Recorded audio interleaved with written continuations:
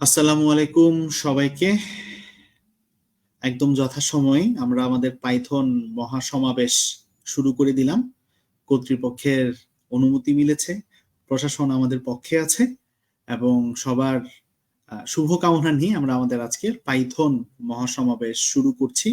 Already দেখতে পাচ্ছি কাতারে কাতারে লোকজন আমাদের সাথে জয়েন করে ফেলেছেন, দলে দলে তারা যোগ দিচ্ছেন। তাই যারা যারা যোগ দিয়েছেন তাদের সবাইকেই জানতে চাইবো আজকের এই মহাসমাবেশে তারা বাংলাদেশের কোন কোন প্রান্ত থেকে জয়েন করেছেন এবং আজকের এই মহাসমাবেশকে তারা সফল করছেন। আপনারা একটু আমাকে কমেন্ট সেকশনে জানাতে থাকেন।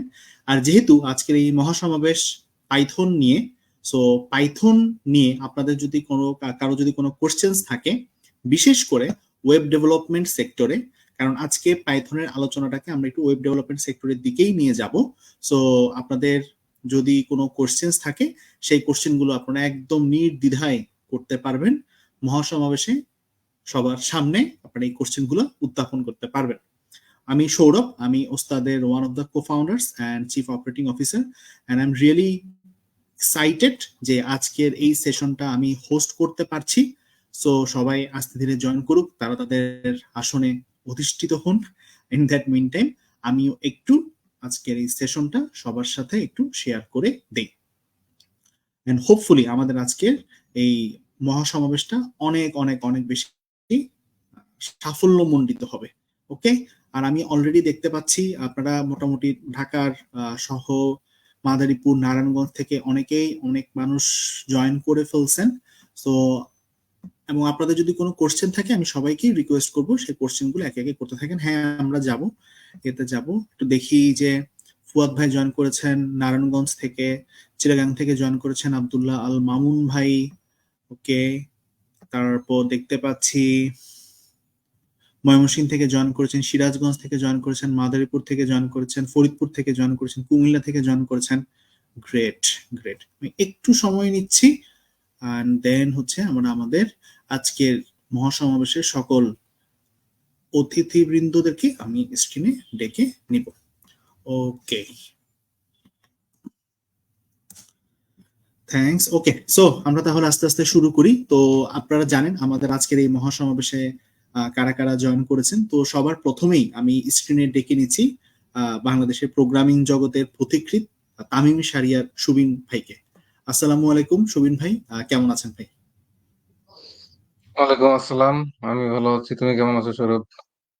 এই তো ভাই, আর তোমার আলহামদুলিল্লাহ লিংকটা বেশ। আমি একটু শেয়ার করে নিচ্ছি ফেসবুকে। আচ্ছা, ওকে ভাই, ওকে। আচ্ছা, এখন আমি স্ক্রিনে ডেকে দিচ্ছি হাসিন হায়দার ভাইকে। হাসিন হায়দার ভাইকে আসলে নতুন করে পরিচয় করে দেওয়ার কিছু নাই। বাংলাদেশের প্রোগ্রামিং কমিউনিটির সবচাইতে প্রিয় মুখ, সেলিব্রিটি, যাকে দেখলে আমরা সেলিব্রেট করি, হাসিন ভাইকে। ভাই আপনি মিউট হয়ে আছেন, ভাই আপনি মিউট হয়ে আছেন একটু। ও, আসসালামু আলাইকুম সবাই। থ্যাঙ্কস সৌরভ। এই তোমার সুবিনের সাথে তারপর নাইমের সাথে স্টেজ শেয়ার করতে পেরে খুবই ভালো লাগতেছে। আমরাও ভাই অনেক ইন্টারেস্টিং। অনেক অনেক হ্যাপি আজকের এই সেশনটা করতে পারতেছি। আশা করা এন্ড যায় হচ্ছে দারুণ একটা সেশন হবে। ইনশাল্লাহ, হ্যাঁ। এন্ড দেন আমি স্ক্রিনে ডেকে নিচ্ছি নাইম হাসান ভাইয়াকে। নাইম হাসান ভাইয়াকে মোটামুটি এখন অনেকে চেনা শুরু করছেন। তিনি আইকিউভিআর সাইট রিলায়েবিলিটি ইঞ্জিনিয়ার। এটা আমরা এভাবে না বলে বলি যে সফটওয়্যার ইঞ্জিনিয়ার, কারণ ওইটা আবার ব্যাখ্যা করাটা আরেকটা দুঃসহ কাজ। তো এই কারণে নাইম ভাই কেমন আছেন? জি, আলহামদুলিল্লাহ ভালো আছি ভাইয়া। আসসালামু আলাইকুম এভরিওয়ান। এটাও একটা আমার জন্য বড় একটা অ্যাচিভমেন্ট যে তামিম ভাইয়া, হাসিন ভাইয়াদের সাথে স্টেজটা শেয়ার করতে পারার জন্য খুব বড় একটা অ্যাচিভমেন্ট লাইফে, যে তামিম ভাইয়ের বই দেখে আসলে প্রোগ্রামিংটা শেখা শুরু করছিলাম ইউনিভার্সিটির যখন ঢুকি তার আগ থেকে। সেম। তো অনেক বড় একটা অ্যাচিভমেন্ট। থ্যাংক ইউ সৌরভ ভাই এটা অ্যারেঞ্জ করে দেওয়ার জন্য। ওকে, ওকে। সো আমরা তাহলে হচ্ছে আমাদের আস্তে আস্তে আলোচনার দিকে হচ্ছে শুরু করি। আমাদের আজকের মহাসমাবেশের যে টপিকটা হচ্ছে পাইথন মহাসমাবেশ। সো এই জায়গা থেকে হচ্ছে আমাদের প্রথম যে কোশ্চেনটা আসে সেটা হচ্ছে, আমরা সবাই মোটামুটি জানি যে Python as a programming language খুবই পপুলার একটা ল্যাঙ্গুয়েজ, এবং এটা নিয়ে কিন্তু অনেক কথাও আছে যে লাইক পাইথন হচ্ছে basically AI machine learning based একটা ল্যাঙ্গুয়েজ। তো এটাকে যেহেতু আজকে আমরা ওয়েব ডেভেলপমেন্ট নিয়ে বেসিক্যালি কথাবার্তা বলবো, সো ওয়েব ডেভেলপমেন্টের জন্য আসলে পাইথন কতটা ভালো কেমন হবে? আরো স্পেসিফিক্যালি যদি বলি যে বিগিনাররা যারা আছেন তারা যদি ওয়েব ডেভেলপমেন্ট সেক্টরে আসতে চান তাহলে তারা পাইথন দিয়ে আসতে পারেন কিনা। সো আমি ফার্স্টেই কোশ্চেনটা করতে যাচ্ছি সুবিন ভাইকে। তো ধন্যবাদ সৌরভ তোমার প্রশ্নের জন্য। তো প্রথমেই হচ্ছে পাইথন বিগিনারদের জন্য কেন ভালো, কারণ পাইথন শেখা সহজ। আবার পাইথনের একটা মজার বিষয় হচ্ছে পাইথন পুরোপুরি শিখতে অনেক সময় লাগে, কিন্তু কারোর পুরোপুরি শেখা লাগে না। কারণ আমি অন্যান্য প্রোগ্রামিং ল্যাঙ্গুয়েজে দেখি, যেমন গো, কেউ 7 দিনে গো শিখে পুরোপুরি কাজ করতে পারে এবং এর বেশি কিছু তার শেখার নাই। কিন্তু পাইথন এমনকি আমি যখন চতুর্থ খণ্ড বই লিখি তখনও দেখি যে আমি শিখতেছি, এবং আমি শিওর যে এখন চাইলে আরো শিখে আমি আরো 2 খণ্ড বই লিখতে পারবো, ঠিক আছে। কিন্তু ভালো বিষয় হচ্ছে যে পাইথন খুব বেশি আমি একদম পিএইচডি করে পাইথনে তারপর পাইথনে কাজ শুরু করবো এইরকম না। পাইথন অল্প শিখেই কাজ শুরু করে দেয়া যায়। এ কারণেই কিন্তু এটা জনপ্রিয়, এবং ডেটা সায়েন্স মেশিন লার্নিং কিন্তু আগে আসছে, পাইথন পরে। এমন না যে সে পাইথন দিয়েই সবাই করছে। এটার কারণ হচ্ছে যে পাইথনটা যেহেতু সহজ, আর ডেটা সায়েন্স মেশিন লার্নিং নিয়ে যারা কাজ করে, বিশেষ করে ডেটা সায়েন্স, ডেটা অ্যানালাইসিস, ওরা তো সফটওয়্যার ইঞ্জিনিয়ার না। তো ওদের জন্য একটা সহজ প্রোগ্রামিং ল্যাঙ্গুয়েজ হিসেবে পাইথনটাই জনপ্রিয় হয়েছে। এবং বিদেশে ইউনিভার্সিটি গুলাতেও অনেকেই স্টার্ট করে, এমনকি সিডনিতে, ওই অস্ট্রেলিয়ার নিউ সাউথ ওয়েলস স্টেটে, এখানে হাই স্কুলে ম্যাক্সিমাম জায়গায় পাইথন। তো কারণ হচ্ছে পাইথনটা শেখা সহজ। তো পাইথনটা শেখা যেহেতু সহজ, এজন্য এটা বিগিনারদের জন্য ভালো। আর ওয়েব ডেভেলপমেন্টে যে কোনো ল্যাঙ্গুয়েজই ভালো, এবং যেসব ল্যাঙ্গুয়েজ শীর্ষে আছে ওয়েব ডেভেলপমেন্টে, এর মধ্যে পাইথন অবশ্যই অন্যতম। কারণ পাইথন দিয়ে ছোট, মাঝারি, এমনকি বড় বড় অনেক কিছু তৈরি করা হয়েছে। গুগলে পাইথন ইউজ করা হয়। একসময় ইনস্টাগ্রাম তৈরি হয়েছিল পাইথন জ্যাঙ্গোতে, এখন আছে কিনা আমি জানি না। সুতরাং এটা যথেষ্টই ভালো আর কি। এখন কোন ল্যাঙ্গুয়েজ বেস্ট ওইটা নিয়ে তো তর্ক করলে মারামারি করতে হবে, এটা মারামারি না করে যে গুড এনাফ বা যথেষ্ট ভালো, আমি এটা বলবো। বুঝতে পারছি। এই জায়গাতে নাইম ভাইকে যদি একটু জিজ্ঞেস করি, বিকজ নাইম ভাইয়ের একটা ভ্যাস্ট এক্সপিরিয়েন্স আছে বিভিন্ন ল্যাঙ্গুয়েজে কাজ করার, জাভা স্ক্রিপ্ট বা সি শার্প বা হচ্ছে পাইথন। আপনি যদি ভাই একটু যদি ছোট করে শেয়ার করতেন বিগিনারদের জন্য আসলে ওয়েব ডেভেলপমেন্ট সেক্টর আসার জন্য পাইথন কেমন হবে? হ্যাঁ, পাইথন যেটা সুবিন ভাই যেটা বললো, আসলেই শুরুতেই পাইথনটা শেখা আমার কাছে যেটা মনে হয়েছে, যখন আমিও শেখা শুরু করছি, খুবই ইজি। হ্যাঁ, এখানে শেখা অনেক স্কোপ আছে, কারণ আমি যতদূর দেখছি আমরা বিভিন্ন সেক্টরে পাইথন দিয়ে কাজ করছি। ওয়েব ডেভেলপমেন্ট হোক, মেশিন লার্নিং হোক, গেমের ক্ষেত্রে হোক, তারপরে আমাদের যে বিভিন্ন অটোমেশন টুলস এর ক্ষেত্রে হোক। তো অনেক পাইথনের সেক্টরটা অনেক বড়, যার কারণে একজনের পক্ষে তো সবকিছু শেখা সম্ভব না। বাট খুব শর্ট পরিসরে, খুব শর্ট একটা টাইম দিয়ে এটা শিখে হ্যান্ডস অন অনেক বড় বড় কাজ করা যায়। এটা আমার কাছে ওই একই জিনিসটাই মনে হয়। এবং সব থেকে বড় জিনিস হচ্ছে যে এটার কমিউনিটিটা অনেক বড়। যেহেতু বিভিন্ন সেক্টরের মানুষ, বিভিন্ন পার্টে মানুষজন কাজ করতেছে পায় একটা সিঙ্গেল ল্যাঙ্গুয়েজের উপরে বেস করে, সো বড় একটা কমিউনিটি সাপোর্ট পাওয়া যায়। সো যার কারণে আসলে আমি পার্সোনালি ফিল করি যে এই সেক্টরটাতে হেল্প করার মানুষ আছে অনেক বেশি। তো যদি কেউ শিখতে শিখতে অনেক কিছু সমস্যা আটকায়ও যায়, আশেপাশে কাউকে না কাউকে পাবে, সে একটা কমিউনিটি পাবে যেখান থেকে সে এই হেল্পটা নিতে পারবে। তো এবং বিগিনারদের জন্য আসলে এটাই দরকার। তারা ইনিশিয়ালি বিভিন্ন স্টেজে আটকায় যাবে, বিভিন্ন জায়গাতে সমস্যা ফেস করবে। সো এটার জন্য আমি যে সবসময় এটা বলে আসি যে কমিউনিটি সাপোর্টটা সবসময় আমাদের দরকার হয়। তো বিগিনারদের জন্য আমার কাছে মনে হয় যে পাইথন একটা বেস্ট। সেম কথা সুবিন ভাইও যেটা বললো, যে আসলে ল্যাঙ্গুয়েজ সবগুলাই ভালো, সেটা আমাদের ডিপেন্ড করবে আমাদের ইমপ্লিমেন্টেশনের উপর, আমরা কতটুকু বেস্ট ওয়েতে এটাকে ইমপ্লিমেন্ট করতে পারতেছি।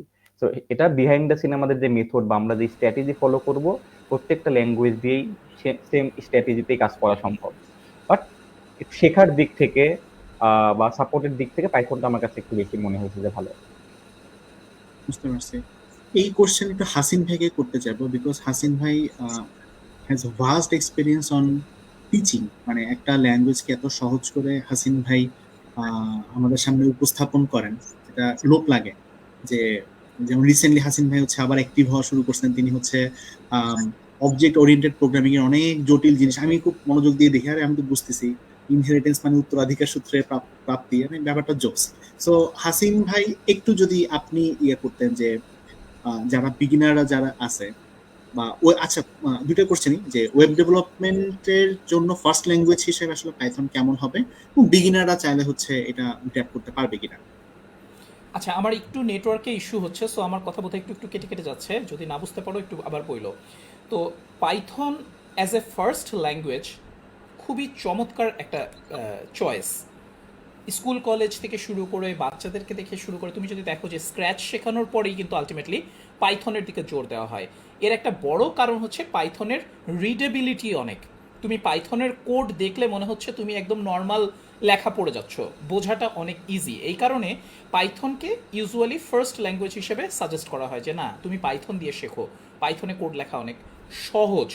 সো স্কুল কলেজে পাইথনের কিন্তু একটা হিউজ মানে দখল আছে ইউনিভার্সিটি থেকেও। তবে পাইথন নিয়ে বাংলাদেশে আমার কাছে মনে হয় কিছু মিথ চালু আছে, যেমন পাইথন অনেকেই মনে করে শুধুমাত্র ডেটা সায়েন্সের জন্য বা টেক্সট অ্যানালাইসিসের জন্য বা ডেটা অ্যানালাইসিসের জন্য, মেশিন ল্যাঙ্গুয়েজের জন্য শুধুমাত্র বোধহয় সেখানে ইউজ হয়। কিন্তু পাইথন যে আসলে একটা জেনারেল পারপাস ল্যাঙ্গুয়েজ, এটাকে যে আসলে সব জায়গাতেই ইউজ করা যায় এই ব্যাপারটা অনেকের মধ্যে আসেই না।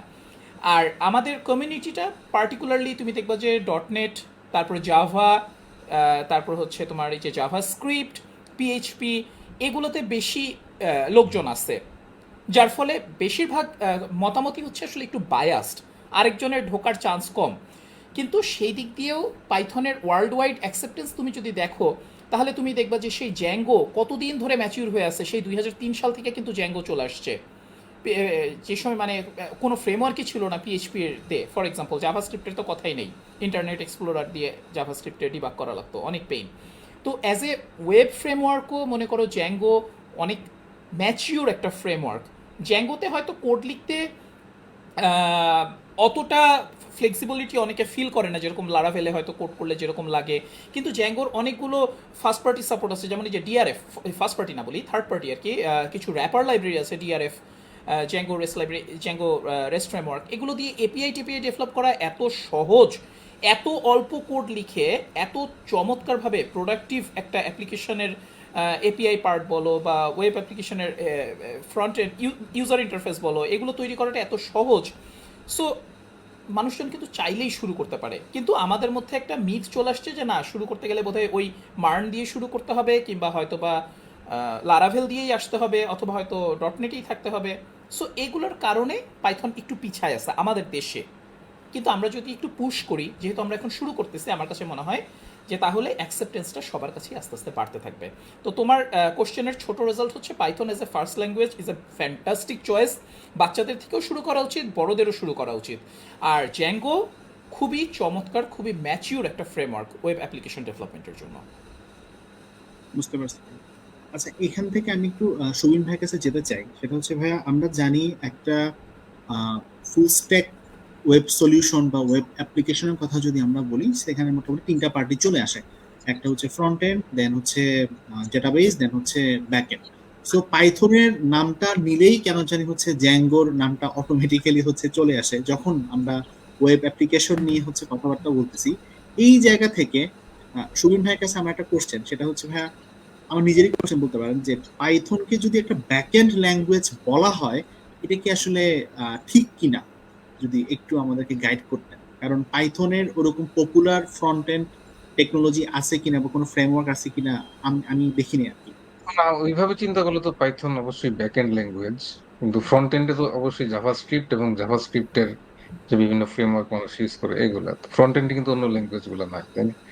পাইথন অবশ্যই ব্যাক এন্ডে, এবং ব্যাক এন্ডে পাইথনের বিভিন্ন ফ্রেমওয়ার্ক আছে, যদিও জ্যাঙ্গো বেশি জনপ্রিয়, কারণ বিশেষ করে ফ্রিল্যান্সিং মিডিয়াম স্কেলের যে প্রজেক্ট গুলো, খুব লার্জ স্কেল না, তো ওইখানে সবকিছু করার জন্য জ্যাঙ্গো খুব ভালো। যেখানে হয়তো আমার কখনোই 10 মিলিয়ন ইউজার হবে না বা 10-20 কোটি ইউজার হবে না, হয়তো কয়েক হাজার থেকে কয়েক লক্ষ পর্যন্ত ইউজার ইউজ করবে, তো এগুলোর জন্য জ্যাঙ্গো খুবই দারুণ এবং খুব দ্রুত মানুষজন কাজ করতে পারে। কিন্তু জ্যাঙ্গো ছাড়াও কিন্তু ফ্রেমওয়ার্ক আছে, যেমন এপিআই এর জন্য যেটা ডিআরএফ, জ্যাঙ্গো রেস্ট ফ্রেমওয়ার্ক, তাই না? এছাড়া আমি যখন কাজ করতাম আমি ফ্লাস্ক দিয়ে এপিআই তৈরি করতাম, আবার এখন লোকজন ফাস্ট এপিআই ফার্স্ট দিয়ে এপিআই এপিআই তৈরি করে। তো এগুলা কিন্তু শিখতে আবার জ্যাঙ্গোর মতো তো টাইম লাগে না, তো এপিআই শিখে। কারণ আবার কিছু কিছু বড় কোম্পানি গুলোতে দেশের ভিতরে বা দেশের বাইরে যখন বড় টিম হয়, যে আচ্ছা না আমি ব্যাক এন্ডে কাজ করব, মোবাইল টিম আছে, ফ্রন্ট এন্ড টিম আছে, তখন ব্যাক এন্ডে আমি চাইলে পাইথন দিয়ে এপিআই গুলো তৈরি করে ফেলতে পারি, তাই না? মানে REST যে API এপিআই তৈরি করতে ফার্স্ট পারি। ডেভেলপমেন্ট স্ট্র্যাটেজি আর কি যেটা। হ্যাঁ। আর ইয়েতে যেটা, ওই জ্যাঙ্গো যেটা, সেটা হচ্ছে না আমি একটা পূর্ণাঙ্গ একটা ওয়েব অ্যাপ্লিকেশন তৈরি করব খুব দ্রুত একটা ছোট টিম নিয়ে, এটার জন্য জ্যাঙ্গো খুবই চমৎকার। এবং অবশ্যই তুমি যেটা বললে এটা ব্যাক এন্ড ল্যাঙ্গুয়েজ, মানে ফ্রন্ট এন্ডের জন্য জাভাস্ক্রিপ্ট শিখতেই হবে কেউ যদি ট্রু ফুল স্ট্যাক হইতে চায় আর কি। এক্স্যাক্টলি। বুঝতে পারছি, বুঝতে পারছি। জ্যাঙ্গোর স্পেলিংটা হচ্ছে খুব মজার, অনেকেই শুরুতে বলে কি ডিজ্যাঙ্গো। জি জি আমি জি জি বলতে ভাই। পারছি। আমি বলতাম ভাই, এটা আই থিঙ্ক হচ্ছে এই সবাই এই ভুল বলে। আমিও করতাম, সবাই একবার না একবার করছে এই ভুল। ভাই এই ভুলটা কিন্তু আমার কাটছে হচ্ছে জ্যাঙ্গো আনচেঞ্জ নামে একটা মুভি মুভি ছিল। ছিল, হ্যাঁ, হ্যাঁ ও হ্যাঁ বলতো হ্যাঁ ডি হ্যাঁ সাইলেন্ট, মাই হ্যাঁ নেম হ্যাঁ ইজ হ্যাঁ জ্যাঙ্গো ডি সাইলেন্ট। হ্যাঁ হ্যাঁ। নতুন নতুন জেনারেশন এই ভুল করবে না, এটা আমাদের পুরোনো লোকজনরাই ভুল করে। এক্স্যাক্টলি, জি ভাই, নতুনরা true. ফ্যামিলিয়ার জ্যাঙ্গোর সাথে। আচ্ছা ভাই, এই জায়গা থেকে হচ্ছে ভাই আমার একটা কোশ্চেন, যেটা হচ্ছে যেহেতু আমরা বেশ কিছু শব্দ নিয়ে আসতেছি and মহাসমাবেশে আসলে অনেক মানুষের সমাগম হয়েছে, তো তারা হয়তো বা ফ্রেমওয়ার্ক বা হচ্ছে লাইব্রেরি এই বিষয়গুলা সম্পর্কে হয়তো বা খুব একটা ক্লিয়ার না আর কি। সো এই জায়গা থেকে হচ্ছে আমি একটু হাসিম ভাইয়ের কাছে কোশ্চেনটা করব যে ভাইয়া ফ্রেমওয়ার্ক কি, লাইব্রেরি কি, আহ, এটা যদি একটু আমাদেরকে যদি একটু গাইড করতেন যে আসলে কোনটা বলতে কি আচ্ছা, বোঝায় আর কি। খুব সহজ ভাষায় বলতে গেলে লাইব্রেরি হচ্ছে বলা যায় যে একই টাইপের কিছু কাজ করার জন্য রিইউজেবল কোড যেগুলো থাকে সেগুলোর একটা কালেকশন। একই টাইপের কাজ করতে, ধরো স্ট্রিং নিয়ে তুমি কাজ করতেছো বা ম্যাথ নিয়ে কাজ করতেছো, ম্যাথের সব কাজ কারবার করার জন্য যে ফাংশনগুলো লাগবে সেগুলোকে আমি একসাথে করে একটা প্যাকেজ হিসেবে রিলিজ দিয়ে দিলাম, this is a library. But ফ্রেমওয়ার্কটা তাহলে কি? ধরো আমি একটা ওয়েব অ্যাপ্লিকেশন ডেভেলপ করবো, সেখানে কিন্তু শুধু ম্যাথই নাই, সেখানে ডেট টাইম নিয়ে কাজ করতে হয়, সেখানে ডেটাবেস নিয়ে কাজ করতে হয়, স্ট্রিং নিয়ে কাজ করতে হয়, সিকিউরিটি নিয়ে কাজ করতে হয়। এগুলো প্রতিটা কাজের জন্য স্পেসিফিক স্পেসিফিক লাইব্রেরি আছে। তো যারা ফ্রেমওয়ার্ক ডেভেলপার তারা করে কি, এই সবগুলো ফ্রেমওয়ার্কের এই লাইব্রেরি থেকে ভালো ভালোগুলো কালেক্ট করে এগুলোকে একসাথে একটা প্যাকেজ বানায়, একসাথে একটা জিনিস বানায় ছেড়ে দেয়, সেটা হচ্ছে ফ্রেমওয়ার্ক। একটা প্রতিটা পার্টিকুলার কাজের জন্য একটা ফ্রেমওয়ার্ক আছে, যেমন ওয়েব অ্যাপ্লিকেশন ডেভেলপমেন্টের জন্য বলা হচ্ছে একটা ফ্রেমওয়ার্ক। তারপর তোমার ধরো অন্য কোনো কিছু কাজ করবা, হয়তো ফিনান্সিয়াল অ্যাপ্লিকেশন ডেভেলপ করবা, সেটার জন্য একটা ফ্রেমওয়ার্ক। একই টাইপের মানে একটা পার্টিকুলার কাজের জন্য অনেকগুলো লাইব্রেরির কালেকশনটা হচ্ছে একটা ফ্রেমওয়ার্ক। তবে সুবিন বা নাইম তোমরা ইচ্ছে করলে এখানে অ্যাড করতে পারো অ্যানালজি অনেকে দিয়ে বা আবার অন্য মনে করে কোনোভাবে। যে ফ্রেমওয়ার্ক ছাড়া হয়তো ওয়েব অ্যাপ্লিকেশন ডেভেলপ করা যায় না বা ওয়েব প্রোগ্রামিং করা যায় না, ভুল বিষয়টা কথা ঠিক না। খুবই। একদম শুধু ল্যাঙ্গুয়েজ দিয়েই করা যায়, কিন্তু যখন আমি প্রোগ্রামিং জাস্ট পাইথন দিয়ে কোনো ফ্রেমওয়ার্ক ব্যবহার না করে একটা ওয়েব অ্যাপ্লিকেশন তৈরি করলাম, এটা যখন আমি আবার এরকম করতে যাবো, দেখো যে অনেক কাজ বারবার আমার করতে হচ্ছে। এটা একটা সমস্যা, তাই না? আবার দ্বিতীয় সমস্যাটা হচ্ছে কি, যে অনেক কাজ যেটা একজন করছে 6 মাস ধরে বা একটা টিম 6 মাস ধরে করে, ওরা খুব সিকিউর লাইব্রেরি তৈরি করছে, হ্যাশিং লাইব্রেরি তৈরি করছে, ডেটাবেস লাইব্রেরি তৈরি করছে, ওটা যদি আমি করতে চাই, প্রথম কথা আমারও তাহলে এরকম 6 মাস লাগবে, এবং দ্বিতীয়ত হচ্ছে আমারও আবার নতুন নতুন অনেক ভুল করব, যারা হয়তো 2 বছর ধরে করে অনেক ভুল থেকে শিখছে, তাই না? তো এই জন্য ফ্রেমওয়ার্ক গুলোতে অনেক কিছু খুব ম্যাচিউর জিনিসপত্র আছে, যেগুলো মানুষ ভুল থেকে শেখা, একটা টিম মিলে হয়তো করছে, যেটা আমি এখন একজন ব্যক্তি ডিরেক্ট ইউজ করে ফেলতে পারি।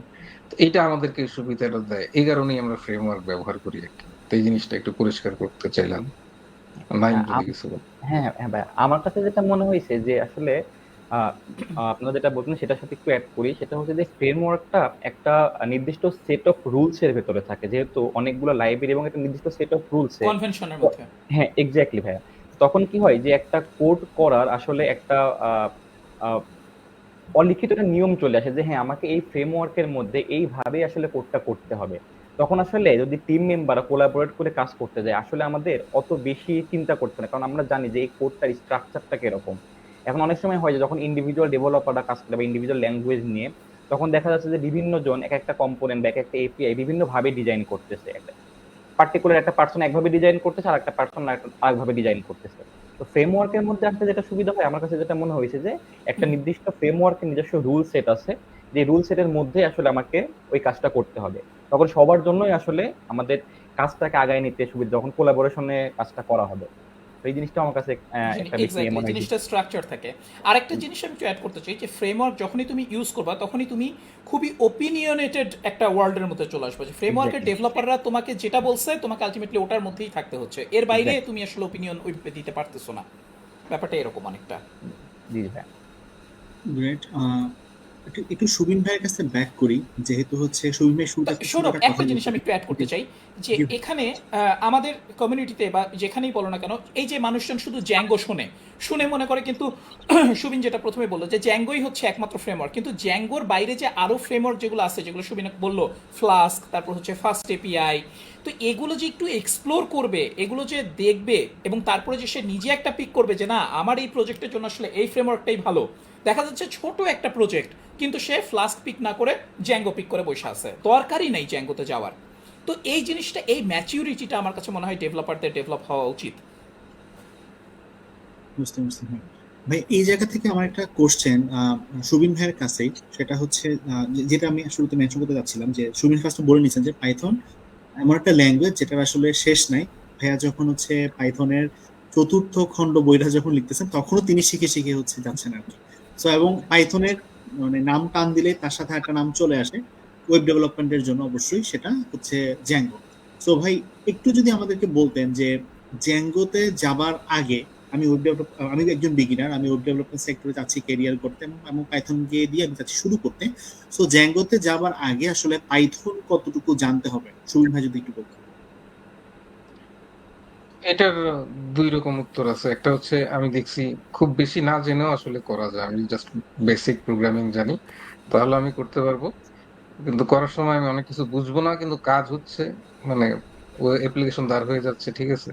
কিন্তু তারপর যেমন ঠিক আছে, এখানে কেন এখানে মেটা ক্লাস করছে, কেন এখানে মিক্সিং করছে, এখানে কেন, তো ওইগুলো অনেক ডিপ নলেজ আর কি। তো আমার ইউজুয়াল পরামর্শ হচ্ছে কারোর যদি এখন দরকার হয় ওয়েব অ্যাপ্লিকেশন করার, সে তো 3 মাস ধরে পাইথন পড়ে তারপরে তার এটা করার দরকার নাই। এই জন্য অল্প শিখেও কাজ শুরু করা যায়।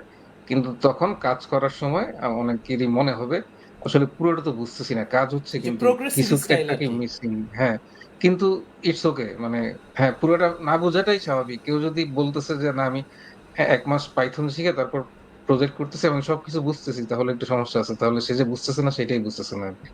তো কিন্তু না বুঝলে এটা ইটস অলরাইট, মানে বুঝতে হবে না। কিন্তু মনের মধ্যে কিউরিসিটিটা রাখতে হবে যে আচ্ছা, আমি প্রজেক্টের সময় তো কেউ টাইম দিবে না, ক্লায়েন্ট বা আমার অফিসের বস সে তো আমার বলবে না যে না তুমি শিখে শিখে আস্তে ধীরে করে কাজ করো, তাহলে তো ব্যবসা বন্ধ হয়ে যাবে। তখন কিউরিসিটি রাখতে হবে মনের মধ্যে, আচ্ছা আমি এই জিনিসগুলো বুঝি নাই, তখন প্যারালালি তার পাইথন শেখা চালা যেতে হবে। তো এবং আস্তে আস্তে সে বুঝবে। যে অনেক সময় ঠিক আছে যে লোকজন দেখা যায় যে 5 বছর 10 বছর ধরে ওয়েব ডেভেলপমেন্ট করতেছে কিন্তু ডিরেক্ট এসকিউএল কোয়েরি লিখতে পারে না, কারণ সাধারণত ফ্রেমওয়ার্ক গুলোতে সেটা দরকার হয় না। তো দরকার না ওআরএম হইলেও গুলো কিন্তু থাকেই। হ্যাঁ, শেখা যাইতে পারে আর কি। তো তাই বলা যে একদম শুরুতেই করতে হবে এরকম না, ইটারেটিভলি, যে আমি হ্যাঁ একটা একটা মানে, নইলে 1 বছর একটা প্রজেক্ট করা এবং 10টা প্রজেক্ট করা যদি একই রকম এক্সপিরিয়েন্স হয় তাহলে সমস্যা আর কি। মানে প্রত্যেকটা প্রজেক্টের সাথে সাথে এবং সময়ের সাথে সাথে এক্সপিরিয়েন্সটা বাড়তে হবে। তো এই কারণে খুব বেশি শিখে করতে হবে এরকম না, কিন্তু করার পরও শেখাটা চালায় যাইতে হবে পাইথন। বুঝতে পারছি, থ্যাংক আর ইউ এটা আমিও সুবিন বলি ভাই। যে আসলে করতে করতে শিখলে জিনিসটা অনেক বেশি এফেক্টিভ হয়। আমি যতটুকুন দরকার আমার অতটুকুনি যদি লাগে আমি অতটুকুনি করলাম, আটকায় গেলাম, আবার শিখলাম, আবার করলাম। এই অ্যাপ্রোচটা অন্তত আমার জন্য পার্সোনালি অনেক বেশি কাজে লাগে। নাইম, আমি জানি না তোমার হ্যাঁ কেমন। ভাই, আমার কাছে যেটা হয়েছে, আমি তো আপনার থেকে অনেক ছোট এবং আমি বেশ কিছু কাজ রিসেন্টলি করে করে আসছি, ইন্ডাস্ট্রিতে আসছি। সো আমি একদম ভার্সিটি লাইফ থেকে যদি বলি যে আসলে যেসব প্রজেক্টগুলো, আমার প্রথম প্রজেক্ট ছিল গেম প্রজেক্ট, লাইফে ফার্স্ট প্রজেক্ট যখন আমি ভার্সিটিতে করি। তো সেটাও আর কি কিছু পাইথনে কিছু জানতাম, জেনে তো কিছু কনসোল প্রজেক্ট করা শুরু করছি একদমই ইনিশিয়াল স্টেজে, কিছু কোড লেখা শুরু করছি। দেন এটা কাজ করে কিভাবে, এই পার্টিকুলার আমার মাথায় প্রথম আইডিয়া আছে যে আমি কি প্রজেক্টটা করব, একটা ডায়াগ্রাম আছে। দেন স্পেসিফিক একটু একটু পার্ট করে শিখে শিখে দেন কাজটা করছি। সেম ওয়েতে আমি পাইথন বেশ কয়েকটা জায়গাতে ইউজ করছি। যদি বলি ভাইয়া, আমাদের ফাইনাল ইয়ারের যে থিসিস প্রজেক্টটা, সেখানেও যতটুকু লাগবে আমার ইমেজ প্রসেসিং এর জন্য, যেটুকু দরকার, যেই যে লাইব্রেরিগুলো দরকার, যেই যে মডেলগুলো দরকার, সেগুলো লার্ন করতে হচ্ছে। একটা একটা করে লার্ন করছি, ওইটুকু ইমপ্লিমেন্ট করছি, শেখা হয়ে গেছে। কোনো ইমপ্রুভমেন্ট দরকার, আর একটু লার্ন করতে। কিন্তু যখনই আমি যদি মনে করি যে মেশিন লার্নিং এর একটা ফুল কোর্স পাইথনে করব, করে তারপরে আমি প্রজেক্টটা করতে পারবো, তাহলে আমার 6 মাস 1 বছর চলে যেত, আমার প্রজেক্টটা কমপ্লিট হতো না। সেম ওয়েতে যখন ভাই আমি আসলে এই ডেভঅপ সেক্টরটা বা আমাদের যেই এসআরই সেক্টরটাতে আসলাম, এখানেও আমার আসার পরে ওই আগের এক্সপিরিয়েন্সটাও কাজে লাগছে, কারণ আমাদের এখানে বেশ কিছু অটোমেশনের কাজ করতে হয়, অনেক ধরনের টুলস বানাইতে হয়। এই টুলস গুলো আসলে পাইথন অনেক হ্যান্ডি ওয়েতে আমরা বানাই। সো একটা একটা করে শিখছি, একটা একটা করে প্রজেক্ট দাঁড় করাইছি, একটা একটা করে টাস্ক কমপ্লিট করছি। সো এই এক্স্যাক্টলি প্রসেসটা আমি কিছুদিন আগে আমাদের যে একটা এই কোর্সের ইয়েতেই একটা ফ্রি ক্র্যাশ কোর্স লঞ্চ হয়েছিল, আমি সেখানেও একই কথাই বারবার বলছি যে সবকিছু একবারে জেনে শিখতে গেলে আসলে কখনোই শেখাটা, বিশেষ করে এই আমাদের এই ক্ষেত্রে দেখা যাচ্ছে যে একটা জিনিস শিখতেছি, 2 দিন পরে বসলে 2 দিন পরে নিজেরাই ভুলে যাব যে কোনটা শিখছি। যতটুকু শিখি ততটুকুতেই কাজে ইমপ্লিমেন্ট করি, মাথায় থাকবে, দেন আরেকটু শিখে আরেকটু ইমপ্লিমেন্ট করি। এইভাবে আসলে শেখার উচিত, আমার কাছে পার্সোনালি যেটা মনে হয়। নটিড ভাইয়া। আচ্ছা ভাই, আরেকটা কোশ্চেন একটু করব, সেটা হচ্ছে এটা না হয় জ্যাঙ্গোর জন্য গেল, এই সেম কথাটা কি ভাইয়া ডিআরএফ বা জ্যাঙ্গো রেস্ট ফ্রেমওয়ার্ক বা ফাস্ট এপিআই বা ফ্লাস্কের জন্য কি এই কথাটা আসলে খাটে কিনা, এটা যদি একটু সুমিন ভাই যদি একটু বলতেন। ফ্লাস্ক শেখাটা আরো সহজ। ফ্লাস্ক এবং ফার্স্ট এপিআইটা আমি ওইভাবে শিখি নাই এখনো, কিন্তু ফ্লাস্ক শেখাটা অবশ্যই ইয়ের শেখার চেয়ে অনেক সহজ আর কি। জ্যাঙ্গো জ্যাঙ্গোর একটু স্টিপ লার্নিং কার্ভ আছে, যে হ্যাঁ একটু শিখতে হয় তারপরে কাজ শুরু করার জন্য। কিন্তু এই ক্ষেত্রে ফ্লাস্ক শেখা সহজ, এবং ফার্স্ট এপিআই আমি 2-1 দিন জাস্ট ডকুমেন্টেশন যতটুকু দেখছি, আমার কাছে মনে হয়েছে ওইটাও খুব সহজ শেখা। ওকে, বুঝতে পারছি ভাইয়া। আচ্ছা, এবার আসি হচ্ছে ভাই, যেহেতু আমরা একটু ফুল স্ট্যাক কথা বলতেছি, সো হচ্ছে আমরা ফার্স্টে প্রোগ্রামিং ল্যাঙ্গুয়েজটা কভার করলাম, তারপর হচ্ছে আপনার ইয়েটা কভার করলাম, লাইক হচ্ছে ব্যাক এন্ডের অনেকগুলো টেকনোলজি সম্পর্কে কথাবার্তা বলছি। ব্যাক এন্ড সম্পর্কে আরেকটা কোশ্চেন একটু আসলে নাইম ভাইয়ের কাছে একটু কোশ্চেন, সেটা হচ্ছে ভাইয়া এপিআই ডেভেলপমেন্ট, এই জিনিসটা যদি ভাই একটু আমাদের সাথে যদি করতেন, যে লাইক, কারণ অনেকে আই থিঙ্ক হচ্ছে এখনো এপিআই বিষয়টাকে সেটা হয়তো বা ধরতে পারেন না, এবং এটা আবার ডেভেলপ করা এই জিনিসটা, অনেকে এপিআই কল এই শব্দটা খুব প্রচলিত, মানে এপিআই ডেভেলপমেন্ট এটা যদি একটু নাইম ভাই যদি একটু কভার করতেন, হাসিন ভাইও যদি একটু এই জায়গায় করতেন, অ্যাড করতেন এপিআই ফার্স্ট স্ট্র্যাটেজি। হ্যাঁ, এপিআই জিনিসটা আসলে আমি একটু সহজ বাংলা ভাষায় বলি যাদের বিগিনারদের জন্য। আসলে আমি জিনিসটাকে বলি যে এপিআইটা হচ্ছে অ্যাপ্লিকেশন আর ডেটাবেজের মধ্যে একটা ব্রিজ। সো আমার কোনো কিছু একটা দরকার, কোনো একটা অপারেশন দরকার, আমি জাস্ট এপিআই কে বলতেছি আমার এই জিনিসটা দরকার, সে আমাকে ওই জিনিসটা আমাকে প্রসেস করে সে এনে দিচ্ছে। সেটা যে কোনো ধরনের অপারেশন হইতে পারে। আমার কোনো একটা জিনিস লাগবে, কোনো ডেটা শো করা, কোনো ডেটা আপডেট করা, ডিলিট করা, যাই হোক না কেন, সেই জিনিসটা আমি আমার মতো করে এপিআই ডিজাইন করে রাখবো। দেন আমি ওখান থেকে একটা অপারেশন করতেছি, আসলে অ্যাপ্লিকেশন গুলোর মধ্যে একটা ব্রিজ পয়েন্ট তৈরি করে। তো এই ব্রিজ পয়েন্টটাই আসলে একদমই যদি সহজ ভাষায় বলতে চাই, এটা আসলে এপিআই। যদি হাসিন ভাই একটু এক্সপ্লেন করতেন আরো জিনিসটা, আমি যেইভাবে আমি বুঝি আসলে সেটা বললাম। হ্যাঁ, আচ্ছা, আমিও মোটামুটি একমত। কারণ একটা প্রজেক্ট তুমি যখন বানাবা, একটা প্রজেক্টে কিন্তু অনেকগুলা পার্ট আছে। ফ্রন্টের একটা পার্ট আছে, ব্যাক এন্ডের পার্ট আছে। আবার শুধু তুমি যদি ব্যাক এন্ডেই বলো, সেখানে কোর লজিক আছে একটা জিনিস, ডেটা স্টোর হচ্ছে ডেটাবেসে, তারপর মনে করো ফাইল সিস্টেম আছে, পেমেন্ট প্রসেসিং আছে। তো এই জিনিসগুলোর সাথে বাইরের মানুষরা কিভাবে কমিউনিকেট করবে, তাদেরকে কমিউনিকেট করার জন্য আমরা প্রোগ্রামাররা যেই ওয়েটা তাদেরকে দিয়ে রাখি, যে ভাই তুমি এই ইউআরএলটা হিট করো তাহলে এটা হবে, এই ইউআরএলটা হিট করো তাহলে এটা হবে, এইখানে যাও এই পেলোডটা দাও, এই ডাটাটা দাও, তাহলে এরকম হবে। এই যে কমিউনিকেশনের একটা সিস্টেম, এটাই হচ্ছে বেসিক্যালি এপিআই। কিন্তু এপিআই ফার্স্ট এই স্ট্র্যাটেজিটার কথা যে বললা সৌরভ, এটা আসলে খুবই এফেক্টিভ একটা সিস্টেম। দেখো, ধরো তুমি যদি মানে ডেভেলপাররা যদি এপিআইটা আগে তৈরি করে দেয়, তাহলে যেটা হবে, মোবাইল টিম যারা, তারা কিন্তু ওইটার উপর বেস করে, মানে মক এপিআইটা স্পেশালি যদি ডেভেলপ করা থাকে, তাহলে কিন্তু তারা জানে যে কোন এপিআইতে কল করলে কি রিটার্ন আসবে, বা কোন এপিআইতে আমাকে কি ডেটা পাঠাতে হবে। সো ওইটার উপর বেস করে front end team website develop করা শুরু করে দিল, ওইটার উপর বেস করে মোবাইল টিম তাদের অ্যাপ্লিকেশন ডেভেলপ করা শুরু করে দিল, আবার অ্যাকচুয়াল ব্যাক এন্ড টিম ওই মক এপিআই থেকে রিয়াল এপিআইটা ডেভেলপ করা শুরু করে দিল। দেখা যায় 3টা টিম প্যারালেলি কাজ করতে পারতেছে, একজন পরে আরেকজন, এই ব্লকারটা থাকে না।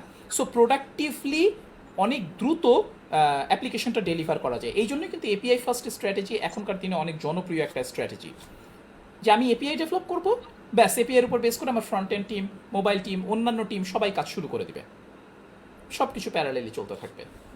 মানে সুবিন, তুমি বা নাইম, তোমরা যদি কিছু হ্যাঁ, কালেক্ট করতে চাও। আরেকটা স্কেলেও এপিআই ব্যবহার করা হয়, যেমন নাইম যেটা বললাম, ডেটাবেস এবং অ্যাপ্লিকেশনের মধ্যে যেমন একটা কমিউনিকেশন, বা ব্রিজ। একটা বড় প্রজেক্টের মধ্যে যেরকম কমিউনিকেশন। তো আমি যেমন এখানে অস্ট্রেলিয়ার আগের যে কোম্পানিতে কাজ করলাম, তো এখানে তো সব মাইক্রো সার্ভিস, অনেকগুলা টিম। যেমন আমার একটা টিম ছিল, আমরা অথেন্টিকেশনের কাজ করি। তো কারোর যদি লগ ইন করা দরকার হয়, করা হয়, এই রিকোয়েস্টটা আমাদের কাছে আসে। তো এই রিকোয়েস্টটা কিভাবে আমাদের কাছে আসে, আমাদের এখানে তো সফটওয়্যারটা তৈরি করা আছে, লজিক টজিক সব লেখা আছে। কিন্তু আমাদের একটা এপিআই এক্সপোজ করা আছে, কিন্তু এটা হচ্ছে ইন্টারনাল এপিআই। শুধু আমাদের নেটওয়ার্ক মানে সফটওয়্যার থেকেই এই এপিআইটা হিট করা যাবে, তাহলে অন্য টিমগুলো এটা করতে পারে। আবার আমরা ব্যবহার করতাম হচ্ছে Auth0 নামে একটা থার্ড পার্টি, যারা সিকিউরড অ্যাকাউন্ট ইউজার অ্যাকাউন্ট ম্যানেজমেন্টের কাজ দেয়। ওরা আবার আমাদের জন্য এপিআই আছে। আমি আবার ওদের এপিআইটা আমার সিস্টেম থেকে ব্যবহার করতাম। কিন্তু এপিআই দিয়ে কি হয় যে আমার ইমপ্লিমেন্টেশনটা হাইড করা। আমি কিভাবে কি করতেছি এত কিছু জানার দরকার নাই।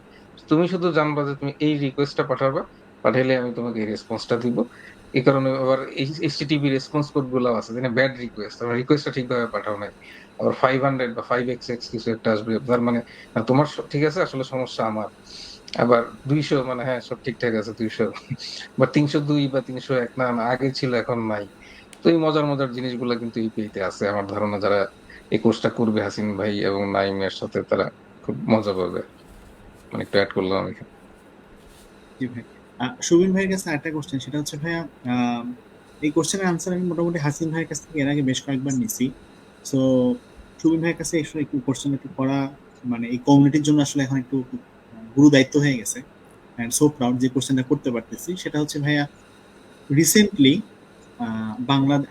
বাংলাদেশের যে সিচুয়েশনটা চলতেছে আর কি, যারা বিগিনার আছে আমরা, তো আমাদের বিগিনারদের মধ্যে খুব একটা হাইপ চলতেছে যে ভাইয়া এআই চলে আসছে, সো এআই তো হচ্ছে আমার চাকরি কেড়ে নিবে আর কি। সো এটা নিয়ে অনেক হাইপ চলতেছে।